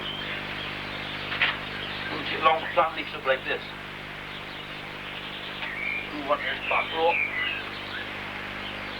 Now we're getting very close to sides here. This is completely open to all elements. These have been stood outside in this particular frame area for over a week now to harden up completely. We had a hard frost this morning and we had an even harder one yesterday morning. But I now feel quite confident that these plants are hard enough to take a mild frost, especially with the roof overhead. So, as you can see, these have been well watered. The water's dripping out there. These have been well watered prior to planting as well. Remove the pot.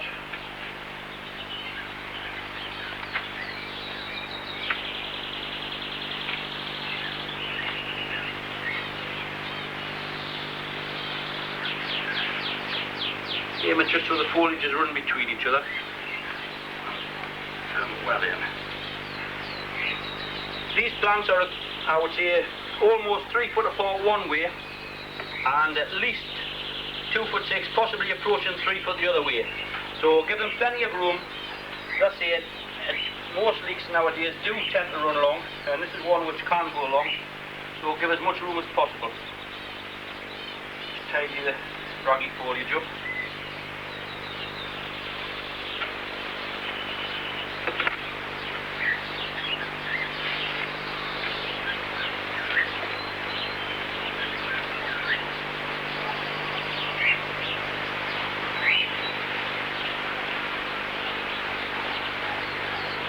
There we are.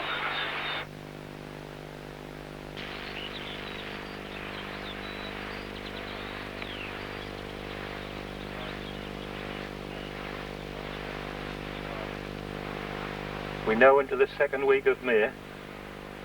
It's been one of the wettest weekends that I've known. We've had a month's rain overnight. Everywhere it's flooded. One of the advantages of growing over undercover. So we've come up to Quebec here where Bill's already planting out and he's just going to go through the routine. The leeks are already well established here, bed of 25, so we'll just sit back and just watch him puttering on there.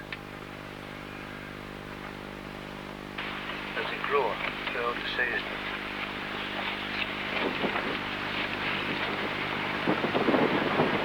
It's tied to a cane, which is in turn staked and tied to a straining wire, and tied to that will help to keep them straight, growing straight.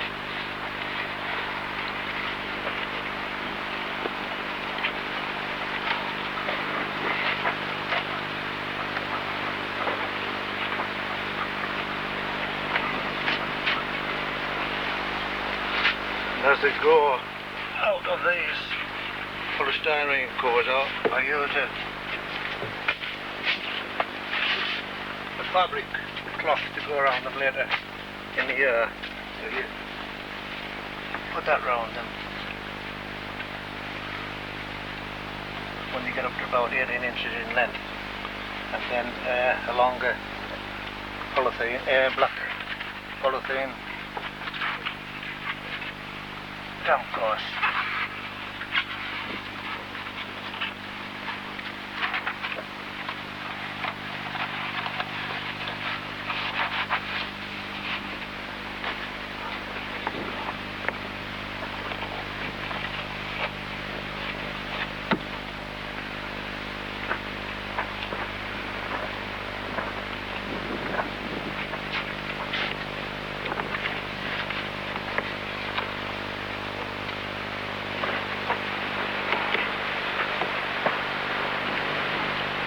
been watered once since they were planted, about 3 weeks ago. We watered it when they were planted, and they've also been watered since then. Are you ever tempted to feed? Yeah, that's why the pots are in. I'd rather I fed them when I think they need feeding, rather than building the salts up in the trench. So I see you don't use the black and white polythene. You put this on and whip this off. I think early on it tends to make the soil colder. It would be ideal if you could put it on, take this off in about a month's time and put the black and white on then. It would be ideal, but it's a difficult job to put it on once the leeks are grown. Now, I'll take this off in maybe it's about 3 weeks or a month's time and just lay them open. So how often do you take your collars off and how often do you inspect your leeks? Oh, just really when they need a longer collar on. They have a 12-inch collar on now, and it'll be increased to 15, then to 18, and possibly to 21 as the season progresses. So you're not worried about them sweating or getting mildews or anything like that? No. I think polystyrene sleeve on the inside turns a lot of heat away and helps to keep them cooler. Well, they're certainly a good colour. Are you spraying with anything, Bill? Yeah. I'm using super carb and ventilate. That's all I've had. In fact, they're due for another spray now. They haven't been sprayed since we put out 3 weeks ago. Well, here we are. You're all planted out here. Yeah. They're looking well as well, mate. Yeah, I just finished planting on Sunday. There's 20 of Quebec leeks and 4 of Joe Jones's. My leeks, the Quebec leek, have got to be planted right down, as far down as you can get them onto the surface of the soil, because it tends to be short, whereas Joe's what's getting up, sitting on the top. So what length do you put on the Quebec leek in the greenhouse? If I can get 4 inches, I'm quite happy. Oh, yeah, as much as that? Yeah. And what have you got on these beds? The same as the other one? Yeah, just the same. Exactly the same. Plenty of space. Yeah. And I say there's nothing wrong with this structure. No. Good rake on it. Stand up to all the winds up here. The polythene along the sides will be taken off shortly. Yeah. And just leave a mesh both sides, so Yeah. we'll get a good flow of air through. And I wish I had the same on the tunnel, but Yeah. it's a difficult job to do it on there. Still they're looking all right. Yeah. The soil seems nice and warm. Well, I had this covered with polythene as well, but Well I took aerated. it off when I planted the leeks. on Well Sunday. aerated. Seems to be a fair amount of peat in it as well. Yeah. I put the peat in every year from the tomatoes. I put the peat on the top and Right. Work it in. work it in the next spring.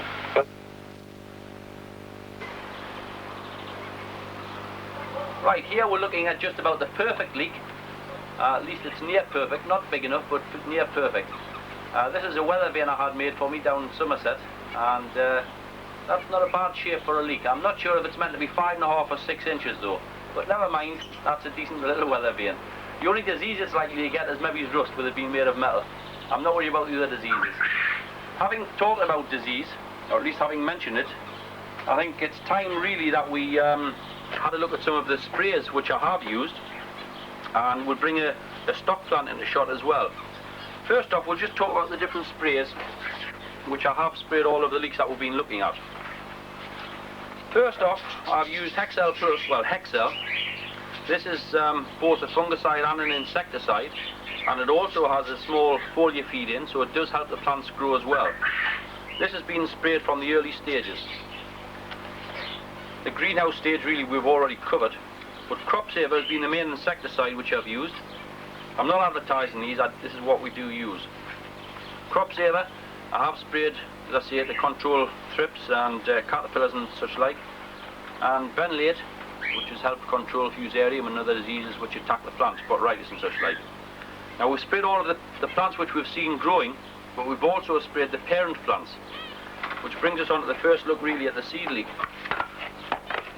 It goes down out of the way. If we can look here, it looks nothing like what we've already been looking at. This is the main stem of plant.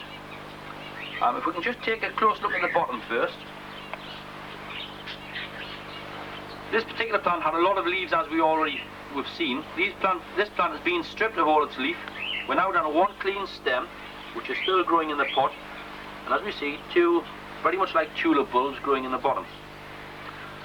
What we normally do here, these will be removed, and they'll be sprayed with benlate and then rolled in dry benlate, and these will be put away until around about Christmas time, when we'll set these bulbs away to produce new plants, which will give us a seed head for next year if we want to keep this particular strain of leek. So we're quite pleased that, you know, it is producing that. Nice clean stem right from the base. If we can follow this back up now, coming right up the stem, as you see, it's stripped clean of all foliage. We come up to the seed head. Beautiful seed head. These have been sprayed identical to what the growing exhibition plants have. Once again, the middle of August here, a lot of questions which I'm being asked at the present moment is, when's the right time to shave the head? When we say shave the head, what we have here is a full head of seed. Now this seed is formed. A lot of people believe once the seed is formed, the plant has finished its production and it will start to die. Actually, all we have at the present moment, there is seed there, but it's still white. As the plant matures even further, by probably into September, the third week in September, that white seed will go black.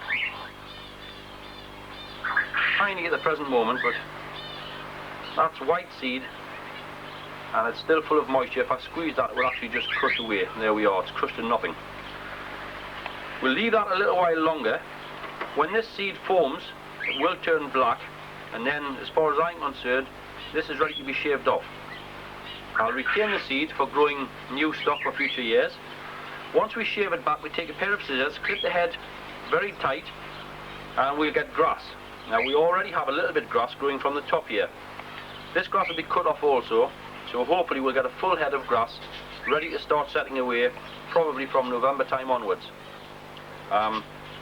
Really what you're looking for is clean, healthy plants like we see here, and stripped of all foliage so no disease can be carried through into the young plants which we start away around about Christmas time. This top greenhouse up here, Ernie, is where the Belsae Blue's grown and the Jumbo. So I've got an interesting thing in this particular greenhouse. I've got some virus-free Jumbos which we can have a look at today. It's actually the first certified stock that we've had in the country. So we'll have a look in. Right then, Ernie, what we'll do first, I've made a couple of, like every strain that I've grown, because obviously over the years the biggest question is, what strain of leek do we grow? Well, over the years I've grown virtually every strain, and even now I grow a lot of varieties of leek because people come and ask for them. But I am trying to get it down to maybe 2 or 3 varieties, and I would think the Jumbo, certainly the virus-free Jumbo that I've got, that's going to be my main leek from now on. Obviously Tommy Mon uses win all the shows, so I'm going to grow that one. I'll show you that one. But I think this is going to be an excellent addition to anyone's collection of leeks, the Belsae Blue, which was bred by Paul Harrigan. Excellent. And I've bared a few down so you can have a look at them. Right, we've got some Belsae Blues bared down here, and what I intend to do is we'll go through the next few minutes looking at different strains of leek. We'll go down and show you the leek itself. Now I haven't picked the best out. Basically what I've done is pick a general run-of-the-mill what's in each trench. I have a tape measure on hand somewhere. I think it's the one, yes, I'll get that tape measure. What we'll do, we'll have a look at the leek. I'll pick its good points out, any faults it has out. We'll measure it, and I'll show you actually how I come to get the white of the leek nice and white. As you can see, all my plants are grown on top of the ground, you know, very shallow into the ground. We've bed all this soil back. As I found over the last few years, when I have soil packed up them, cutworm's a terrific problem. They tend to gnaw a small hole in the side of the plant, makes your plant useless, you can't show it. Also any small stones, it doesn't matter what you do to your trench, you'll always end up with small, hard pieces of soil and stone, which tend to mark the barrel of the plant. So I have got a different means of blanching. We'll have a look at that in a moment. This is the Belsae Blue leek, beautiful foliage, very dark in colour, probably the darkest leek that I've ever seen. Beautiful straight barrel, it's the same size at the base as it is at the neck of the plant. It's a short leek, it lives very slowly, so at the present moment we'll take a look at the length of that. That leek's just over 4.5, 4.6 inches long. So that's not bad for the time of the year. Don't forget, we're just into the beginning of the second week in August.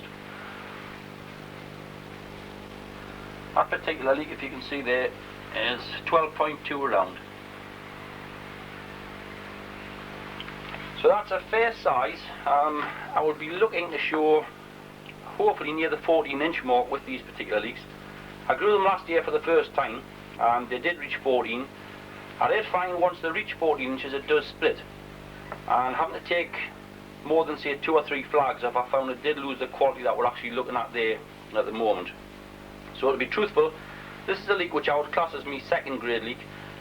Superb quality, and I think it is capable of winning at top level shows if you can catch it before like you lose too many flags. One good thing about it is the flags don't seem to die and wither off. What happens, it'll split a flag all the time, as it split one here. There's one flag which has been split. With it being so fresh, as you can see, it's lovely and green.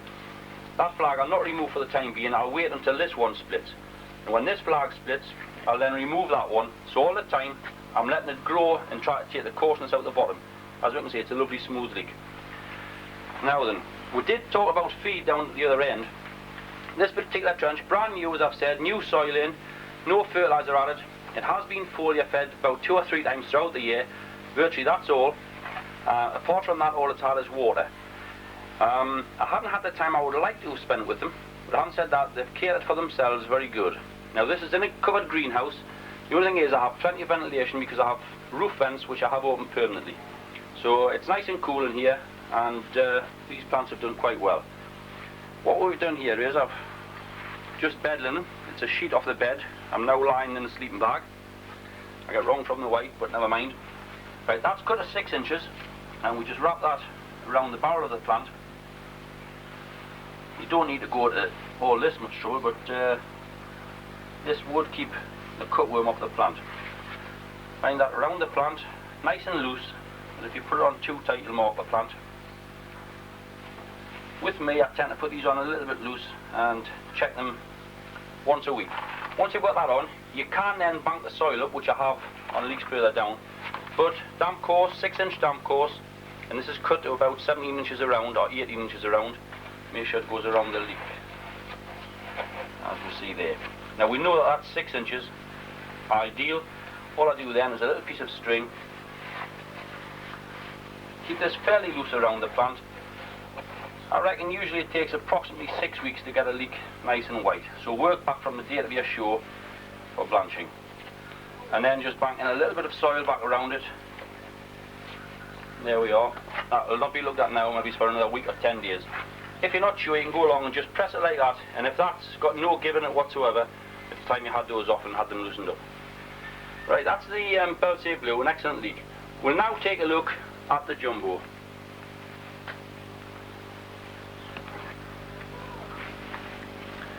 Right, this is the Jumbo.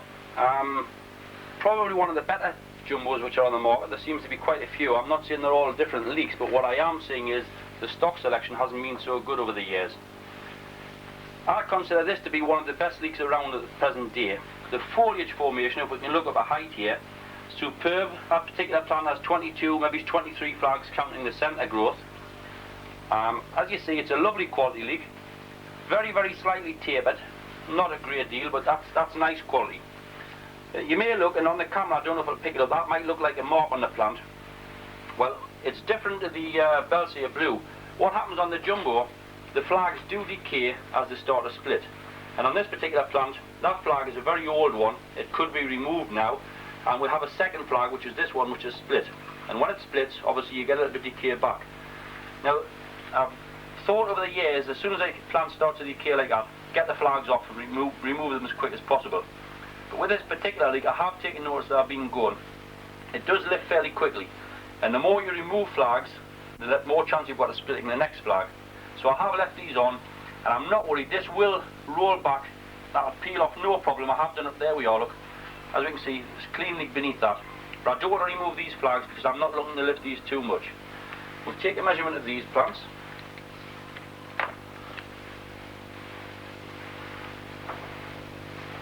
That leek is just over 14.1. As we say, there's 2 flags to remove, but this outer flag, that'll not measure anything. The second flag will be lucky if it measures 1/4 of an inch. You know, that's all you're going to lose. It's a very, very fine stripper, And as far as I'm concerned, this is probably one of the best leeks around today. It's certainly one which I'm going to be counting as my main banker in future years. It's taken me a while to actually get the stock right, but I think we're certainly there now. And this is actually the parent of the virus-free plants, which I hope to produce for future years. This particular plant, or this particular tranche of plants, have had no feed whatsoever, and these have only been foliar fed once with maxi crop. So once again, it's a pretty vigorous leek. Now these ones were set away in November, about November the 12th, I believe. I would think they're about at their peak now, so once again 14 inches, but at 14 inches you're going to be showing around about the 190. It's certainly capable of 200. I mean, John Tuck's shown 230 with it, and I don't see any reason why a little bit of fertiliser in these trenches next year will not hit the 230 mark myself, I hope anyway. We'll cover this one up exactly the same as we did the Belsay Blue.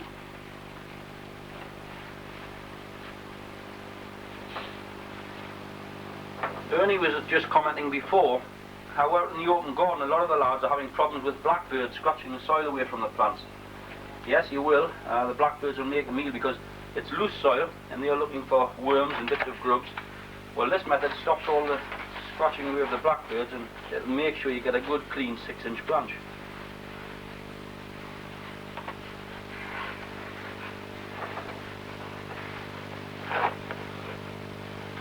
Alright, that's that one tied up.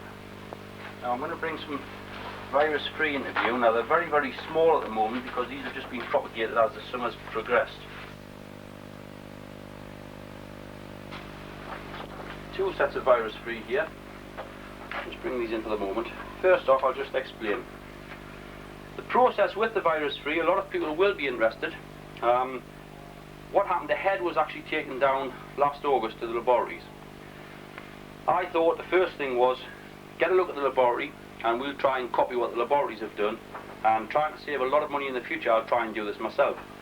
I was a million miles wrong. It's virtually impossible for the likes of me to do. It is a scientist who's working on the plants. He's got the latest of gadgetry. He had microscopes which, you know, I couldn't believe you could do. It was actually laboratory conditions. I had to wear a proper white suit to go in. You went through air chambers, the air was sterile inside.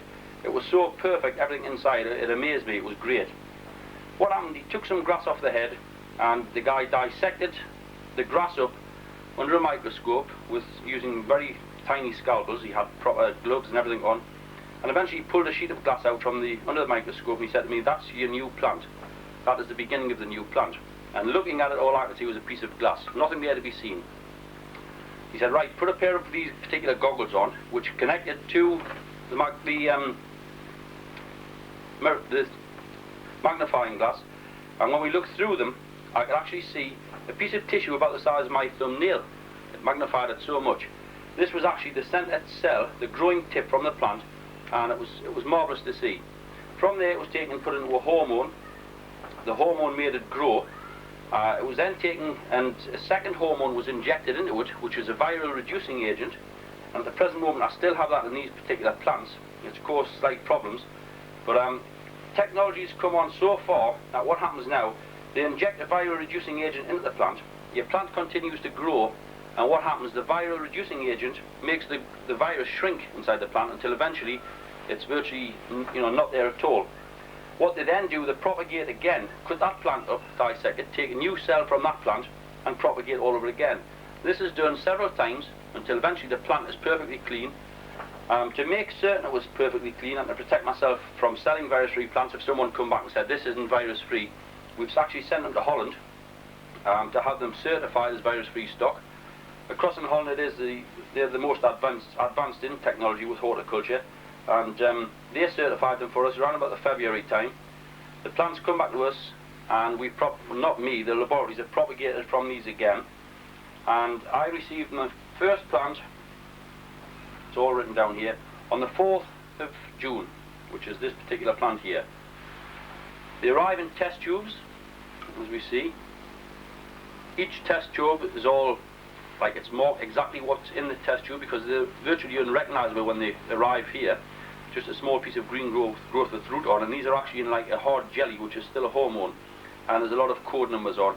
This is obviously for the laboratory, you know, so they know exactly what they are. So now we're looking at The first one, which was grown from a cell, rooted up very, very quickly. What happened when I first potted this leek, the top actually died back completely, and I thought, oh damn, I've lost the plant. Within a few days, about 5 or 6 days, there was new growth come from the centre, and the plant hasn't looked back from that day onwards. As you can see, it's producing now a perfect jumbo. They look very good, and it is a very nice coloured leek. The only thing is I can't see a tiny fleck in it, which if I didn't know better I would say that's possibly a virus crept into it, but it's not. It's a viral agent in the plant at the present moment, but they will outgrow this. That's the problem at the moment. This one has been raised from a root cutting, which is a callus off a root, and this was produced on the 8th of July. So this is actually a month old today, and it's just been potted in this larger pot, so there's been no roots through the bottom at the present moment, but they root very quickly. Right, here we're looking at Joey Jones' strain of leek. This particular leek's won everything in front of it over the last 10 years. Joey Jones being the master of growing it, but we have seen some superb quality plants with excellent size. I had tremendous results with this plant up until about 4 or 5 years ago, and I haven't managed to keep it under length for the last few years, so I actually stopped growing it last year. Never mind, it's still a big miss for any grower not to grow, so I decided this year to give it one last try. As you notice, I have it on black and white polythene. This is out in the open garden, no covers whatsoever over it. Every time I grow it under cover, I find I can't keep the length down. However, this year I'm very pleased. These are very short. This leek might only be about 3 inches long. I want to block the view of the camera, but the button is here where my finger is. It's under 3 inches, that particular leek. The problem being it does lift quite rapidly.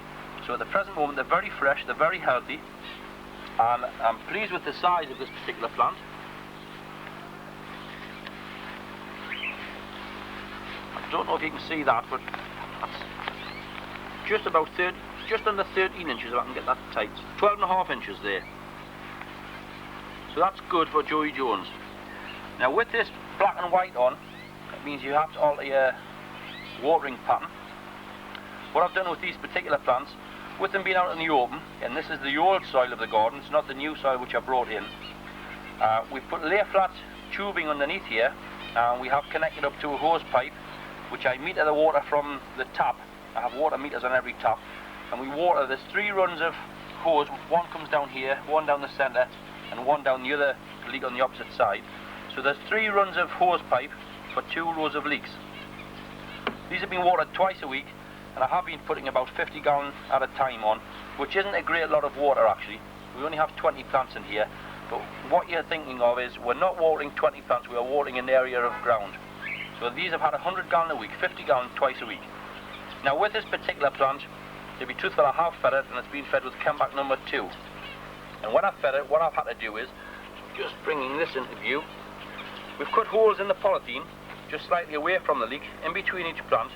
And this is a 4 litre plant pot, which the leeks were planted from. And we just sink that into the ground.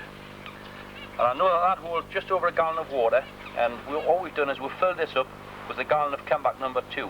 And they were fed about 3 times early on with Chempak number 2. Apart from that, it's been pointless foliar feeding these because we've had a lot of rain this year, and the rain's washed any foliar feed off. So that's all these plants have had, 3 feeds of Chempak number 2. I'm well pleased with that. Once again, the same blanching method, the cloth around it, and bring the soil up to it. With having the black and white polythene on, it stops the birds from getting in around it and scratching the soil away anyway. Well, that's all the regular strains of leek that I'm growing. I think they're all worth looking at for future years. I know there are other strains that are doing very well for people, but I've tried most of the other strains, the BG and Harry Bones, several other leeks which didn't suit me. I'm not saying they're not suited other people. They are winning shows and they are breaking world records. So really I think it's finding out the strains of leek that suit yourself. I'm going back to virtually all the quality leeks. I'm doing away with the big leeks, so I'm not really worried about size. Obviously if you can hit 14.5 inches, you've got a fair leek on your hands. But I am looking for quality all the way through. And that's going to be my motto for the future anyway. Yeah, that's a nice plant, Ernie. That's a new plant out this year called Surfina. It looks very much like Petunia, but it's a new one called Surfina, and it's been brought in from Japan. Yeah, it looks very nice, very attractive, and well Builds the vase. It's been good. It's a pity. It's a pity it's past its best now. I mean, there's a lot of dead flowers which should have been dead-headed, but it has been a superb plant and it's produced some magnificent displays throughout the country. Well, there you go. Every time I come up here, we learn something else. And now you understand why we're here, why I enthuse about coming to John's, because every time we come here, we learn something great. And I thank you once again, John, because there's always something new, and I'll be looking forward to come back when you take the leeks up. Yeah, I hope we've got something worth showing anyway at the end of the year. It's nice to have had you anyway, and we'll look forward to seeing you in a month or so's time. And we've learned something new. We've seen something that we never thought we'd see before. New leeks from root cuttings. Root cuttings, yeah, it's quite exciting. I think the virus-free project in a whole is very exciting, but learning that they can actually take it from a cell out of the plant, then a leaf cutting, and then a root cutting is absolutely magnificent. And these are done off, just to recap, they're done off grass, off this year's plants. That's right. For this year's show. Yeah. Back to Cramington, back to Alex. So the last time we were at Alex, he was just, if you remember, he was just finishing planting out. But when we come here, again, this with John Soulsby, the development, the quality of the plants and everything's excellent. And what I'm very impressed with is the ones that we see here and some further to the top. And as well as that, these magnificent intermediate leeks that Alex got. So undoubtedly we'll talk about like that. But what do you think of the position you're in this year, Ali, compared to others? Well, I think I'm a little bit better advanced this year. I think the condition of the beds has improved since I built the tunnel. I've just about got everything right now, and the leeks have responded. I've done my best to keep them clean and disease free, you know, and they are pretty clean. So hopefully they're just coming along steadily, which is what we're looking for really. Now these leeks at the top end of the bed, they're tremendous. They're as far as advanced as any I've seen. Can we have a look at them and tell us what varieties they are? Yeah, sure. Right, this is a new variety that Tommy Molyneux has put out this year. It's from a seedling that they've been developing, and I'm very impressed with it. It's very regular in its habit. They're all cloning the same. If we can just have a look at it.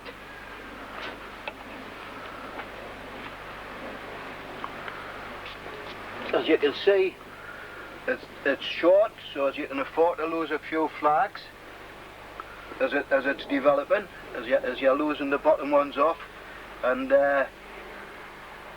it's a little bit bottomy, but saying that, there's not many leeks aren't.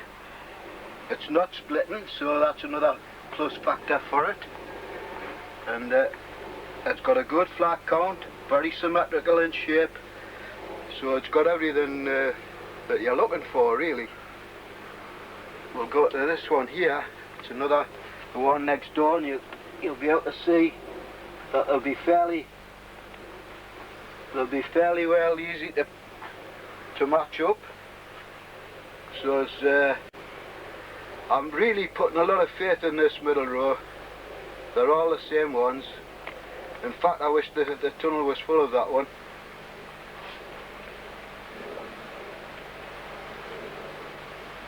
But it's just a case of keeping them ticking over. As long as you can see this new centre growth coming out, you should be happy. There's no need to force them or push them with feed or anything. So long as you can see that happening, and you're just getting about ½ an inch a week, that's all you should be looking for at this stage.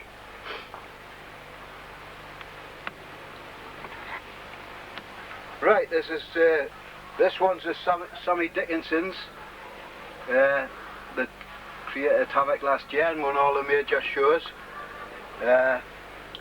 It's been fairly widely released this year by Tommy Molyneux and Sammy Dickinson, so it should be coming onto the bench in numbers this year. It's got a great flag count. All the leeks have got over 20 flags, good sound flags. The only trouble I'm going to have is on length. As you can see, it's still growing the same, nice and healthy. Plenty new flags coming out, so we're quite happy with the way it's coming. One of the things I should point out here is the trouble you see on the show bench these days, through leeks being grown on the top, I mean, to try and keep them short in the habit, is that they're not getting them blanched. And you see tremendous number of leeks on the show bench that are green and badly blanched. So that the people aren't pulling the earth up around them early enough. It's just a point to make. But I think I'm going to have a little bit of trouble with length. I can't afford to lose many flags on these. Saying that, we'll have the stock for next year. Right, here's a little tip for talking about blanching and getting the barrel nice and white. People growing them on the top, and this, I found this to be it's just a piece of plastic drain pipe, 9-inch, and just put a split so as you can sort of open it up and slip it around the leek, and then you can blanch it to whatever height you need. You can keep lifting it if you want to, putting a little bit more earth in there. But I always just use the soil for blanching. There's a lot of people use all forms of peaty stuff and moss and whatever, and there's nothing beats the earth as far as I'm concerned. If you get something that's too acid like peat, you're altering the pH around your leek, and like I say, the exchange of air and water is there all the time if you're using soil.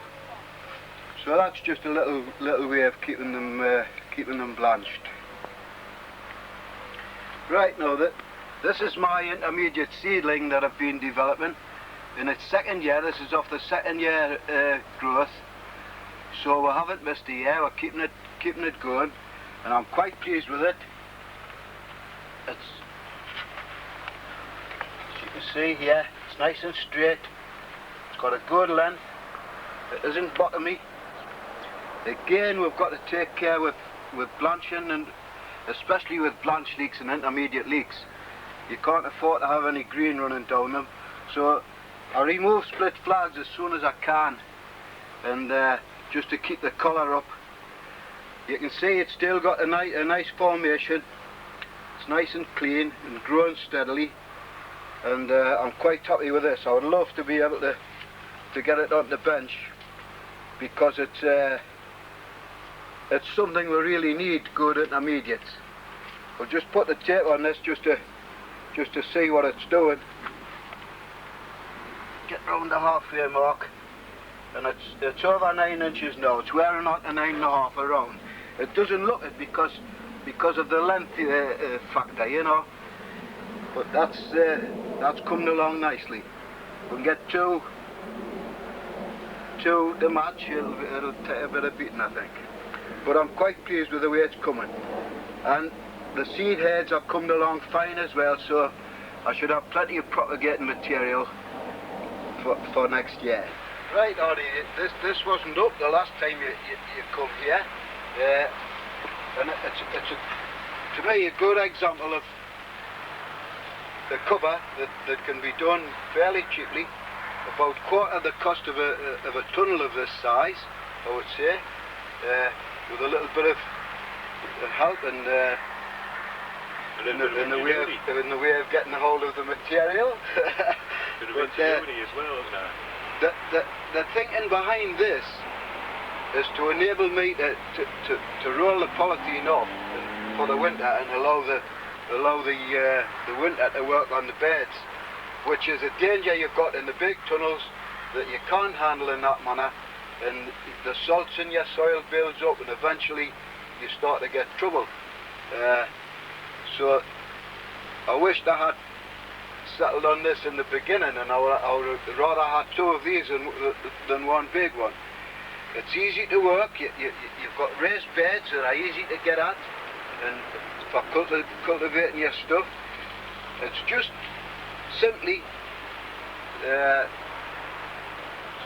scaffold pulling pipes cut into the same lengths, and make sure if you make sure you get that leveled through, as a starting point, your pipes, then these plastic pipes just fit into them, and that's just fencing rail that's fastened on with little saddle clamps right the way around, which holds it rigid. Really is strong, mate. Aye. And the other little thing here, we've just got these slaters lats that just help to form the arch of the pipes, so that you're looking nice and tidy. There's nothing looks worse than structures, especially in your houses, that aren't tidy, and you get complaints from your neighbours, etc. So I'm quite pleased with it. I'm not looking for big things, mind, out of it this year, because it's new beds and all the rest of it, and I was late in getting planted, but I think it should come better next year. But here we are, we've got a purpose-made cover, 30 yards long, if it's that. And it's all a DIY. I'll be 40, oh, right, I'm saying, yeah. 30 metres long, and it's DIY, you've done it yourself. Yeah. It's against the price of buying £400 or £500 worth of tunnel from an agricultural supplier. Yeah. So how far have you braid them in? Just enough to be rigid and support? Well, they're well into the earth, down into the subsoil. Just a matter of using. And this is just plumbers or plumbers plastic pipe. Yes, you can purchase that. LBS is a handy source of all materials. But what I like about it, it doesn't look Heath Robinson from outside. Ah, as I say. It blends in with the allotment, where a lot of these temporary things, they haven't got proper polythene stretch and the sag, but that looks really good. In fact, the yellow on the outside makes it look fine. And we've got the netting around the site, plenty of ventilation. So for a quarter of the cost, you're going to have, I'm assuming it's going to be about half a quarter of the cost. And a good trench. Aye, and it doesn't take any harm at all with the wind, you know, the wind just passes it by, sort of thing. So I'm quite happy with this. We are, Tommy, 4 weeks to the National, 2 wins under your belt. Are we going to make the 3? Well, we'll have to wait and see. 4 weeks is a long time this time of the year, isn't it? Yeah. Well, all the members want to know, is there any magic formula? The leeks, from standing out here, look fantastic. I think we'll have a look in and we'll see what secrets you've got to show us today. Well, there we are. We've got 1 or 2 nice leeks in there, but like I was saying, a bit problem with the length, they've been a bit short for the early shows, but for the National, we might get a bit length. 4 weeks. When you say you're a bit short, what length are you showing? Like, can we have a look? Yeah, we'll have a look at this one here. One of the nice leeks. Looks nice. It's got a lovely form, this leek. Right. Well, Yeah, short or not, sorry Tommy, short or not. I wish I had a trench for them, mate. They're looking absolutely beautiful. You can see with 2 flags off the button of that flag there. You can Really just see it up, there. yeah. So we'll put the tape on and we'll see what length I'm going to get with 2 out. You can pass it for us. Yeah, open the tape, mate. Just rough this on the length. Yeah, that's only going to be 5 to there.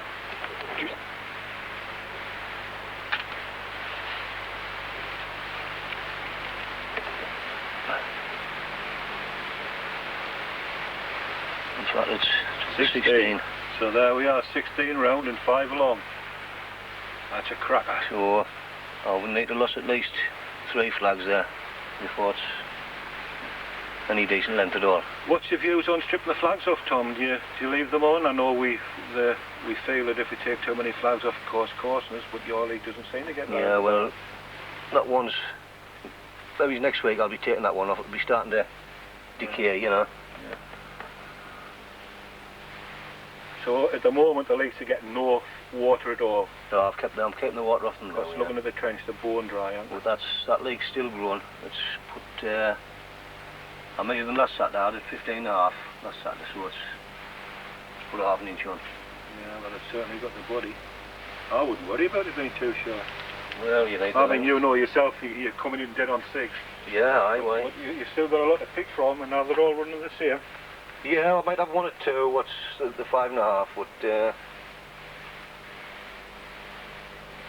Now this method what you're using with the, it's just a felt, isn't it? yeah, it's just Which is but, won't absorb any moisture. anything what keeps the light out and allows the light to breathe. It doesn't sweat up, underneath. Yeah. Damp course tends to make them sweat. And they're not too big. So No. what's that? What's the length of them? Well, it'll be about 3 inches. They're by 18. Yeah. 3 inches by 18. And how far do you put that above the button? Well, when I first started to blanch them, I topped off with the soil when I dug out Yeah. the planting hole, see? There was as you gain in length, you can short the soil, so that goes around. And you get a nice blanch round there, the button line, just above the button line. And one of the problems that a lot of the members have that grow outside is the blackbirds, which obviously you don't have here. I see you've got your netting in there up. But having something round the bottom, as we mentioned, Yeah, they can, like they the really bulldozers. scratch away, yeah. But I like the look of that, I really do. Good form. So all you're looking for is a good 2 for the National for 3 times going. But then again, saying that, you needn't even be Well, win. Hat-trick's been great, but if I pick a few Can't say points what up, it I'll be happy with that. oh, that's true. Fantastic. What about the new one then? Can we have a look at that? See how that Well, one's good? go into the other tunnel.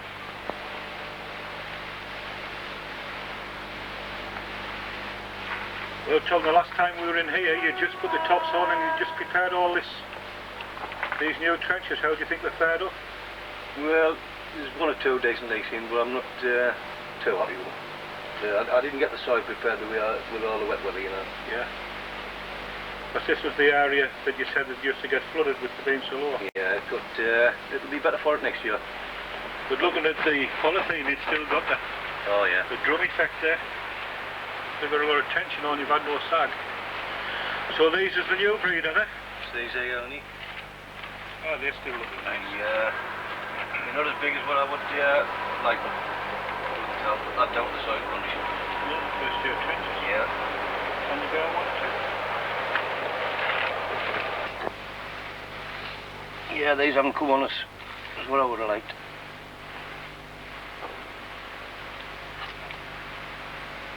As you can see, these are short as well. They make big jumps.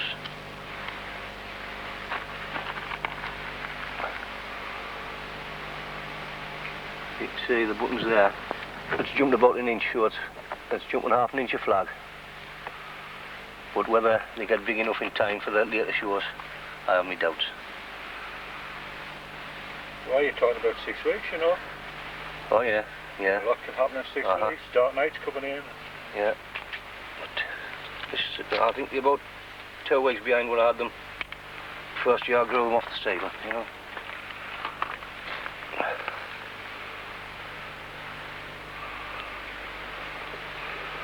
Well, that's 14 with 2 flags to come off.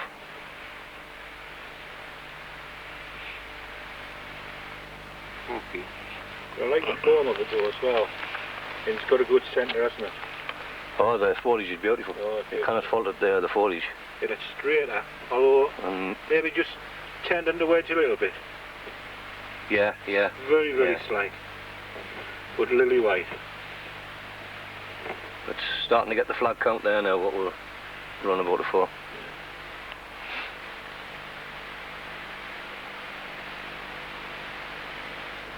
So dare I ask, have we got anything else coming up? Any more new ones? Well, there's one seedling, but we'll just have to try it. I've got to wait to seed there. I've got my head off it, so. And there again with this trench in here, they're all bone dry again. They're only getting the water that you're allowing them. Yeah, well, I'm just watering the smaller ones, such as these. I'm still keeping these going where Nice, yeah. we're watering a bit there, a little bit feed. That's I'm using half strength, the Chempak number 3 on these. Nice, so general fertiliser. Yeah, general feed, yeah. And you never give them any high potash? No. I think that tends to split them.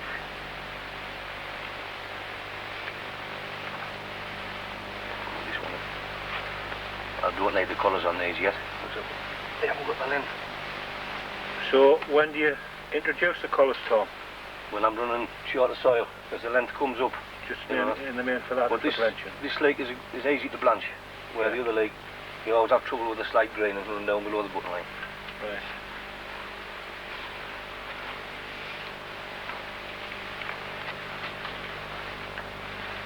Well, you have nothing coming up over, so the roots is nice and healthy. Just a little bit of dieback on the guard flag, which is nothing to worry about. No tipping. And one of the advantages of being over cover is the rain starting. Keep busy and keep dry. Right. I've split down the back of that flag and I've got a tight button. So I've got this where I got made, just to measure the length. It's right into 6 inches. And that says it's just over. With a little bit I take off the bottom, that should put a spot on 6. So that's 1. We'll go there, have a look at the other one in the other tunnel. I looked at this one yesterday and I thought I only had one flag to take off, but that one's gone overnight. I think it still might be alright. Instead of being 5 or 5.7, I might be on to 6 now. So we'll just have a look. I can see the button's just about there. That's looks spot on 6 there, with the flags taken off. Might be about 5.8, 5.9. So we'll go and get the spade and we'll gather them up. Alright, so we'll have this one up first.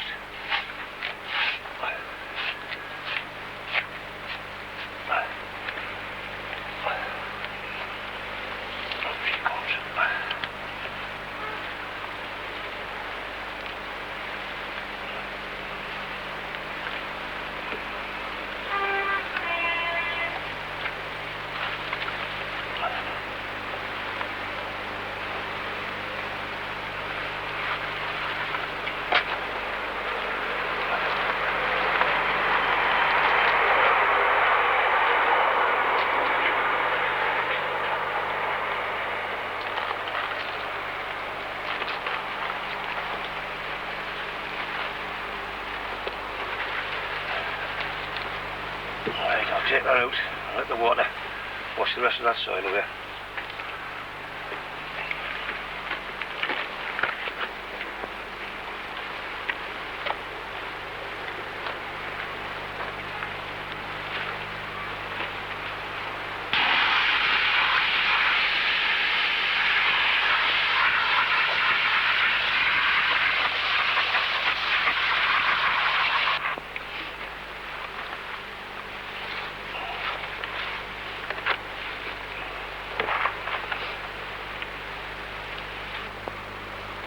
Right, so that's spot on 6 inches, that's champion. I'll get Sam to hold the square for us, because I didn't want to mark the halfway mark. I'll get there. Let's get the tape off, Sam. Right.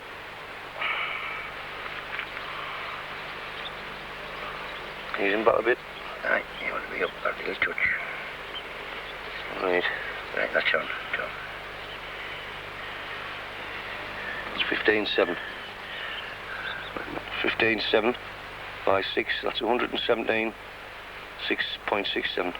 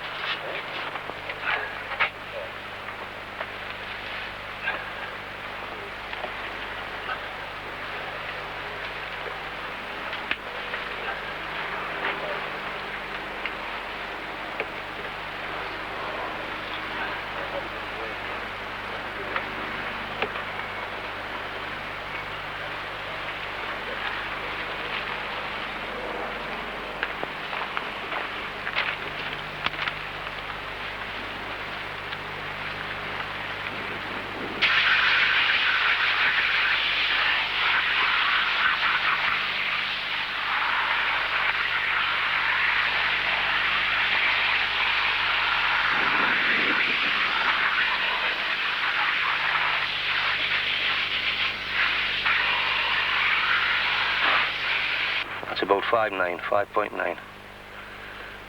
And we'll get the tape round it. Well, near the car, that's about 15.9. 15.9 by 5.9, that's 118.68. So I've got 117, 118.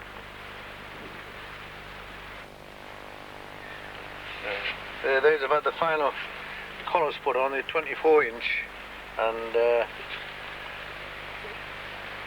that is the longest colour that goes on them.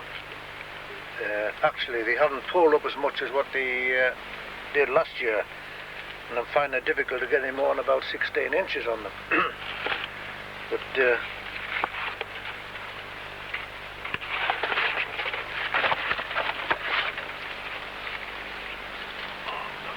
I put this fabric collar around the inside, it keeps them clean.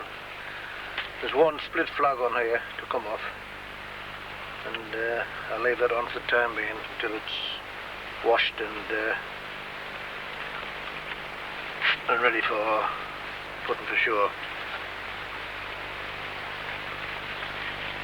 Actually, that's all I do with them, is put this polystyrene collar around them, keep them clean, and then the 24-inch damper and these tight to the cane again to keep it upright and straight. That's it. Remain like that until show time.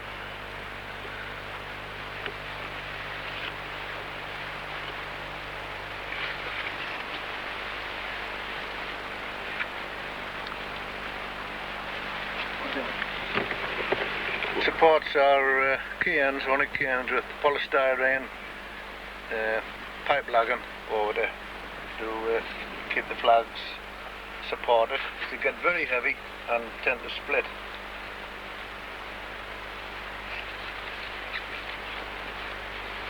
Before I take them up, I tie them, the flags together,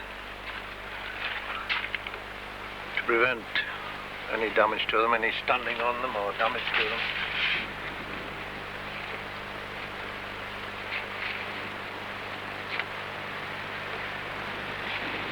Now it's ready to lift. Also leave the collar on until lifted. About a week before the show, I go through them all and measure them and pair them up for different shows. These two actually are about 16 by 8.5. Not as big as last year, but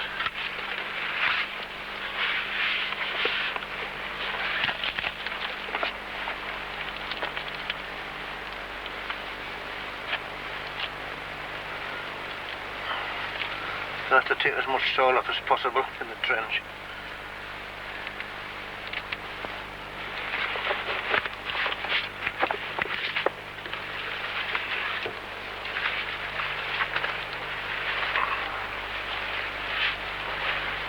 Take them out to where I want to wash them.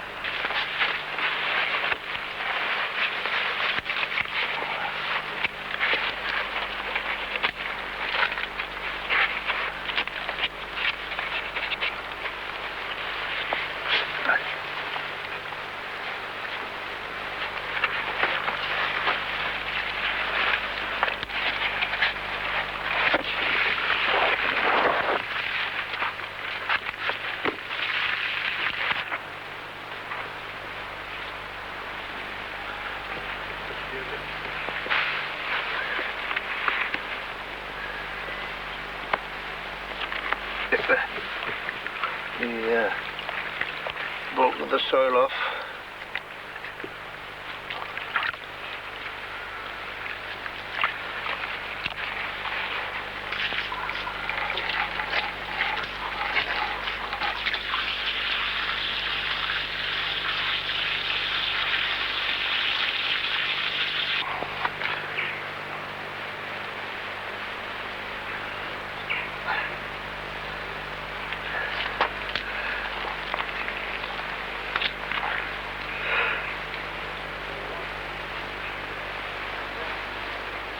K3 be 16.3. That one. That's 16.4.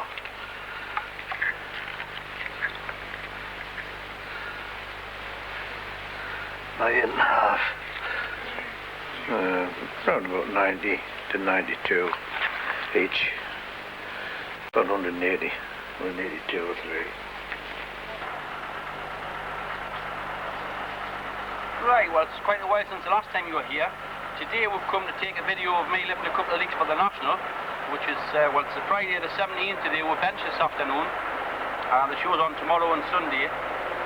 Before we actually lift a couple of leeks, what I would like to do is just show you how I actually put my stock back to seed. I've got a couple of leeks here. This is a new strain which I'm growing. It's one of Graham Hunt's seedlings. Nice leeks. I showed these 176Q. Didn't win the show, but never mind. Two good quality leeks. There's no hole of it, and it was a nice solid leek. Now it's still nice and fresh, and a lot of people would say, you know, you can put that back to seed the way it stands. Well, the way I do it, take your root off completely. Well, nice, so you've got no root on now. And then we'll be a little bit severe. Now with this being a new one, I'm going to try two different ways. First of all, I'm going to cut some leaves off.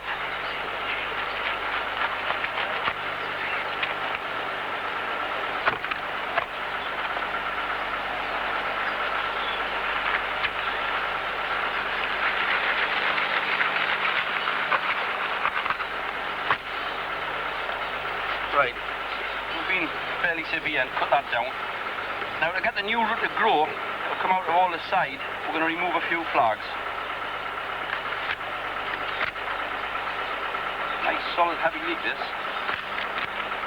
Okay, we've got that strip right down. I've already pointed as to where the roots will be coming from. The new root should grow from the dead tissue, well, the tissue which we've stripped the flag from, which gives you like a root plate. Now the roots will develop around here. The present one, there's just one or two starting to appear. That's one prepared. The normal method which I use, we'll do again, I'll cut the roots off completely. I apologise for the noise, we've got a building site on next door at the moment. Right, usually I would just cut the plant off just above the button up here, straight over.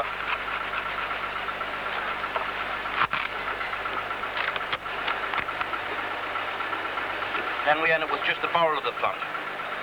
You can then look through the cores of the flags, and any that are marked, there's none marked on this particular plant, but we'll just say you get in 3/4 of the way in or 1/4 of the way in, and you've got some marks, you realise that you've got to take those flags off. So once again, we'll strip that off.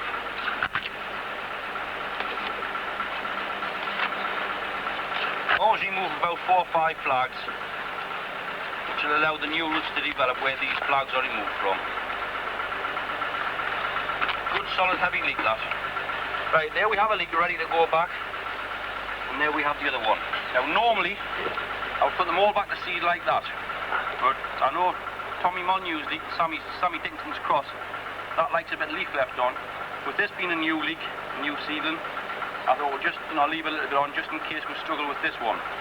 Now what I'm going to do now is put them up in the buckets. Well, these are large plant pots. Make sure they're clean, these are brand new. And the compost which I use is 11 M2 for seeding everything in.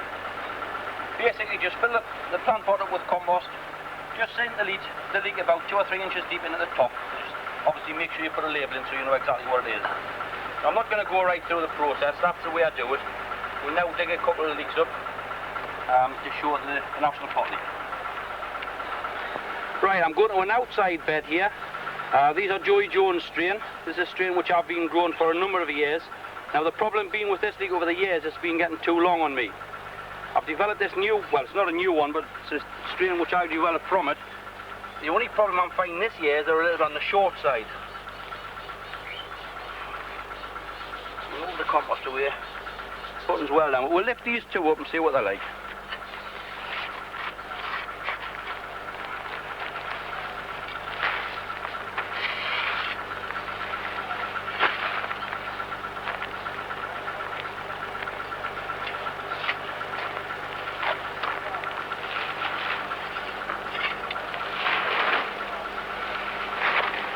Plenty of root ball there, as you can see. That shows that they're good and healthy.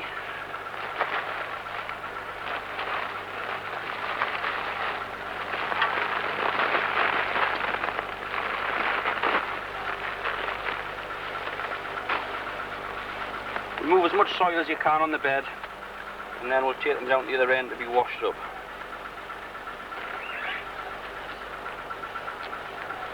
I'll dig the other one up and we'll have a look at them. These leeks are big enough, but the only trouble is they're not long enough. I've been waiting them coming up in length. This year the leek I've been doing all the win, the Sammy Dickinson's cross leek. Tommy Molyneux's won most. John Tuck's won with the same leek again. So really, the ones that I had in I've already shown. So I don't expect to do anything in the national championships. I think it'll be that same leek again that does most of the winning. The jumbo's been fairly prominent. There's been some good jumbos shown. Never mind, this come back outside, it just shows what the average gardener should be able to attain with ordinary leeks. Obviously if you can get hold of the better strains, then you should maybe do a little bit better. Right. They are fairly big leeks. Well, first of all, these are a little bit green, but never mind, I've got flags to remove. I've actually been stripping flags off already, trying to gain some length, which is very unusual for this particular leek, but never mind. They're lovely and fresh. These were set away early January, and we've had some terrific rain over the last week. We've really had a lot of rain. Growing outside, you would think that, you know, if they'd been anywhere near the peak, they would have certainly split, and I would have lost them by now. Actually, I could have done with 1 or 2 flags to split because it might have gained a little bit on length. But if we look at that, there's the 6-inch mark. Here's the button. It's only about 3 inches.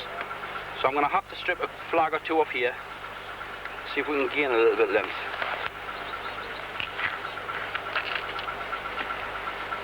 It hasn't lifted much at all, so I'm going to be well down the table.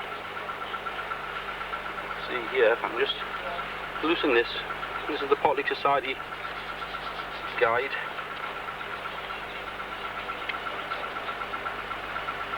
That's only 4 inches.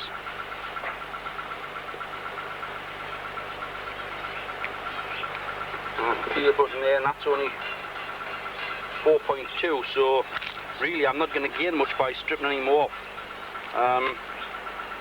We'll just measure that around the centre. The way to measure is from the veil down to the base. Use your crook, this is just a quick guide. 4 inches, so we'll take that in the centre. 2 inches.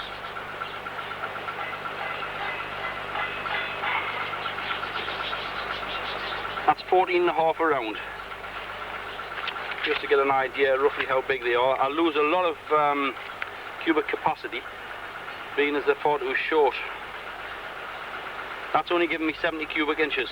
So for all they've reached good sizes, really they're not ready to lift yet. They should probably be lifted out in another 3 weeks' time. So the timing is slightly out this year. The Molyneux leeks which I had to show because they were reaching 6 inches. So we've obviously had to come back down to Jonesies. So never mind, that's a pair of Jonesies. I'll maybe take a closer look, and if I can gain a little bit of length, I'll strip a bit more off them. I'll get them washed up, and hopefully we'll put them in the show, regardless wherever we end. At least we're getting a couple of leeks on the bench.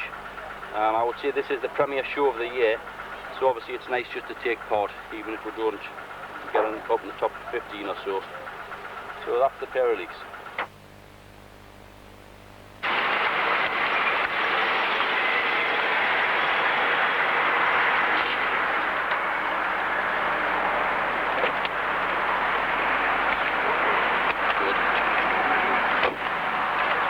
I lifted some more, they're terrible. They were terrible, I've lifted some. Oh dear.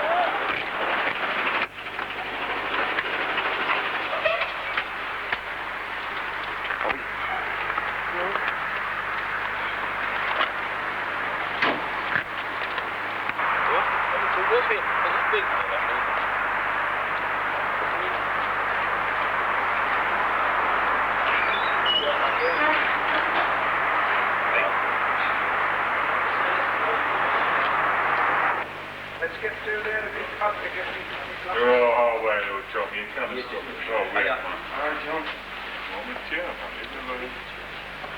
Thanks very much. Hello, John. Are we doing all right? Were you the first in? No, there's Couple in there. been struggling, are you? I have. The pair little I didn't like, so I dug 2 more up. I had Jonesy's and I switched to Billy Stiffs, but I've just took them out of the...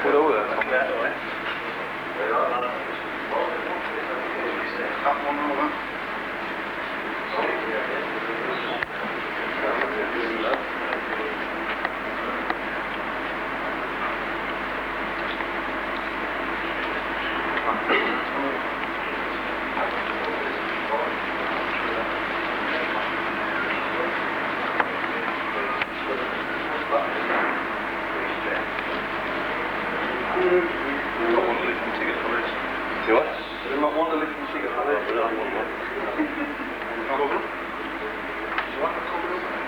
Hey, do you want them covered? Oh, I can do if you wish.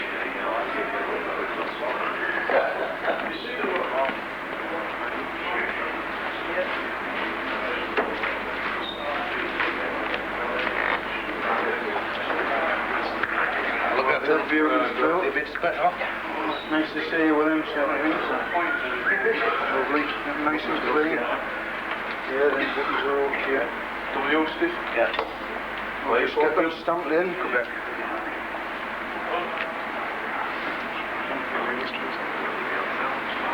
Stand for then. Will you just bring the other one in nice and easy? Yeah. Lovely. I think I'm doing nothing like that. That's it. Got 'em. Take on them, point them down, Bill. How stamped it? Right, buttons alright. That's stamped. There's just a mark there, Bill. Do you want to give them away just to keep them nice and clean? Put this cloth on them if you want. I will. Yes, we'll put the cloth on.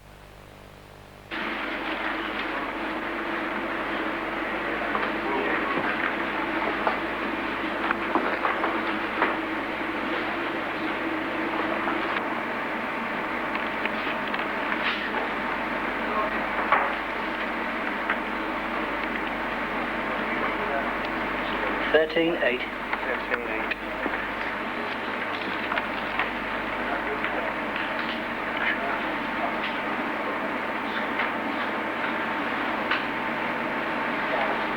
$13.6. 13.6. Was that just experience? Nope. Hey? Yep.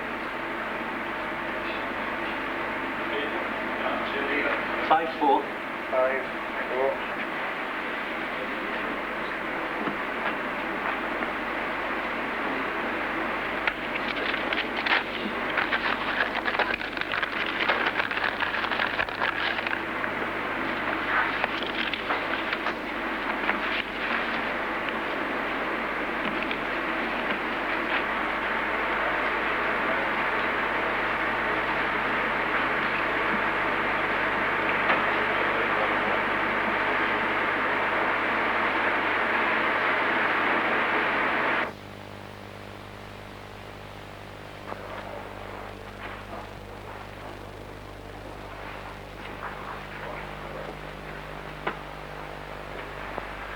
Hello, I'm Bill Richardson, Managing Director of Chempak. We've been associated with the Leek Society and leek growing as long as the Leek Society's been in existence, and in the northeast for as long as the company's been in existence, of over 25 years. And as a result of that, we have developed with leek growers a range of specialist fertilisers for use at various times of the year in leek exhibition leek growing. And I'd just like to go through the range. The first product we consider is in the autumn, at the end of the season, when leek growers are making their plans for the new season, cleared away the debris from the previous year. Then's the time to start thinking of our trench and the preparation. And the product for this we've developed is Chempak trench fertiliser, which, as the name implies, is added to the trench preferably as early as possible. Before Christmas is always a good time. The trench is dug over, and this is incorporated deep into the soil, which becomes available throughout the season to our leeks. After the trench preparation, we move on to the greenhouse, and in the early propagation days, we're thinking of composts. And two products we have for compost making are Chempak seed base, Chempak potting base. These are a reliable means of compost preparation. They're just simply mixed with peat. The seed is used in the early stages for sowing the pips or pricking out grass, and then potting on through all the later stages up into large pot sizes in the Chempak potting base. There is an alternative we developed recently, and this is a multi-purpose base, which is one compost, which is used throughout the season. The same principle, just mixed with peat, one compost to do all our potting jobs. When our plants are growing, we're ready to start thinking about planting out in April, May. The soil must have a final top dressing, and we recommend Chempak BTD, Chempak base and top dressing. Indeed, this can be used throughout the season, but its most useful purpose is a couple of weeks before we're planting out into our trenches. It's just a light top dressing with this, just to top up the nutrient level, so that we've got adequate nutrients to start our plants for the first month or so. Feeding is always a prime consideration with leek growing, and the large leeks we're seeing today need feeding quite early on. And feeding in the greenhouse is not uncommon, and with a high nitrogen feed, Chempak number 2 is the formula we should use for this. It's a high nitrogen content, 25% nitrogen, balanced with phosphates and potash. This will be used in the greenhouse and go on almost immediately in the trenches, feeding and building up the plant, and we will keep this formulation going till something like the end of June. And then an intermediate switch to less growth as the leeks begin to mature. We need a more balanced formulation, Chempak number 3, for the next month. It's got a balanced formulation, 20-20-20, equal parts of the main nutrients. And finally, in the latter stages, Chempak number 8 of no nitrogen feed, high in phosphates and potash, to mature the leeks, to put that solidity there that we need to give them that finish. Chempak number 8, 12.5, 25, 25.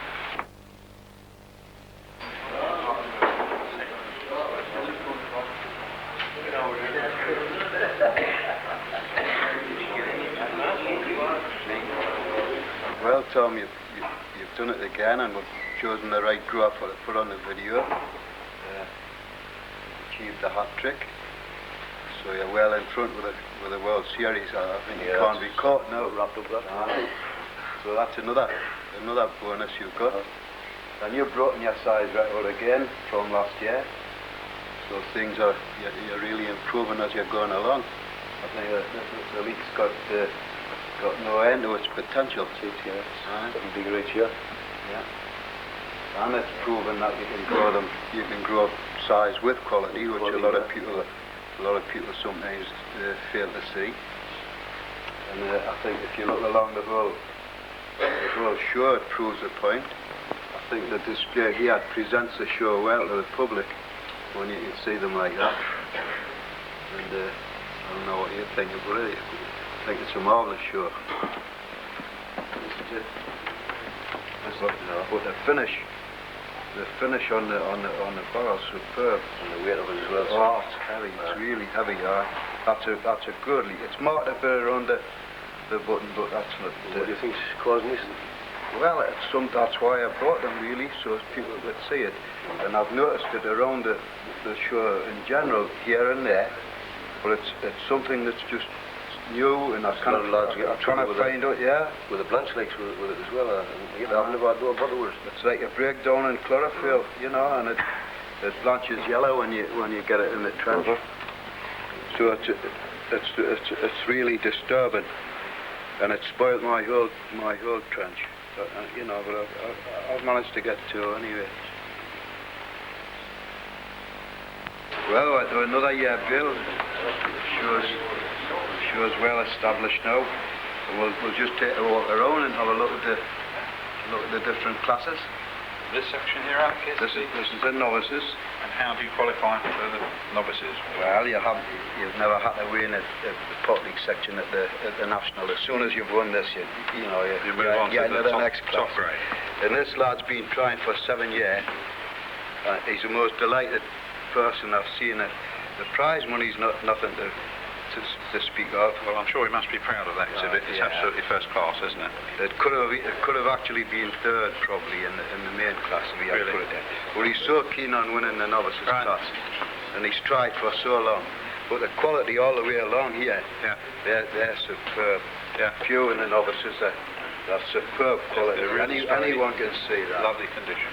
And again, it disproves a lot of the argument about leeks all having holes and things like that. It's silly that anyone can see that they're perfect. They're perfect. Absolutely. Yeah. Right down. Right this down. table, yeah.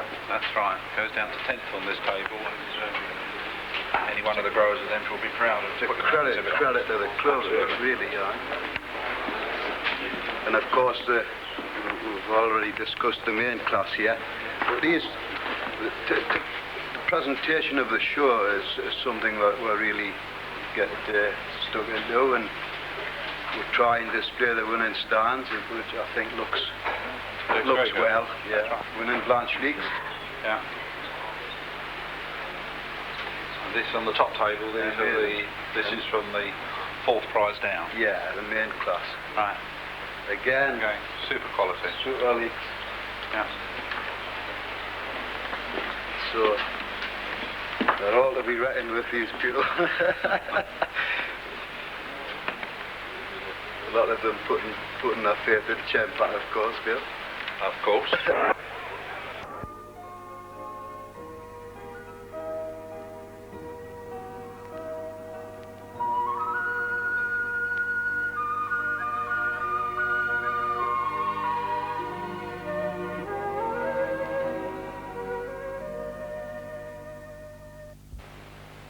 Now to the presentation. And again this year, Mr. Molyneux has done it again.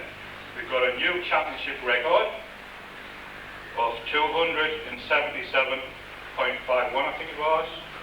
He gets the silver trophy, gets a cheque from Mr. Richardson of £500. He also collects the £100 for running up to the World Series, which will culminate next year, where we have £1,000 in a trophy, which again Mr. Richardson has promised to donate a trophy for that. So I'd like to ask Mr. Molyneux to come up on the stage with a hat trick of wins, Tom Molyneux.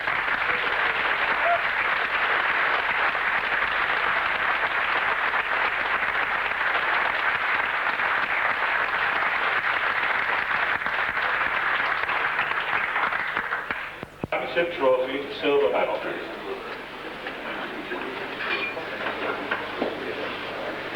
See you again next year.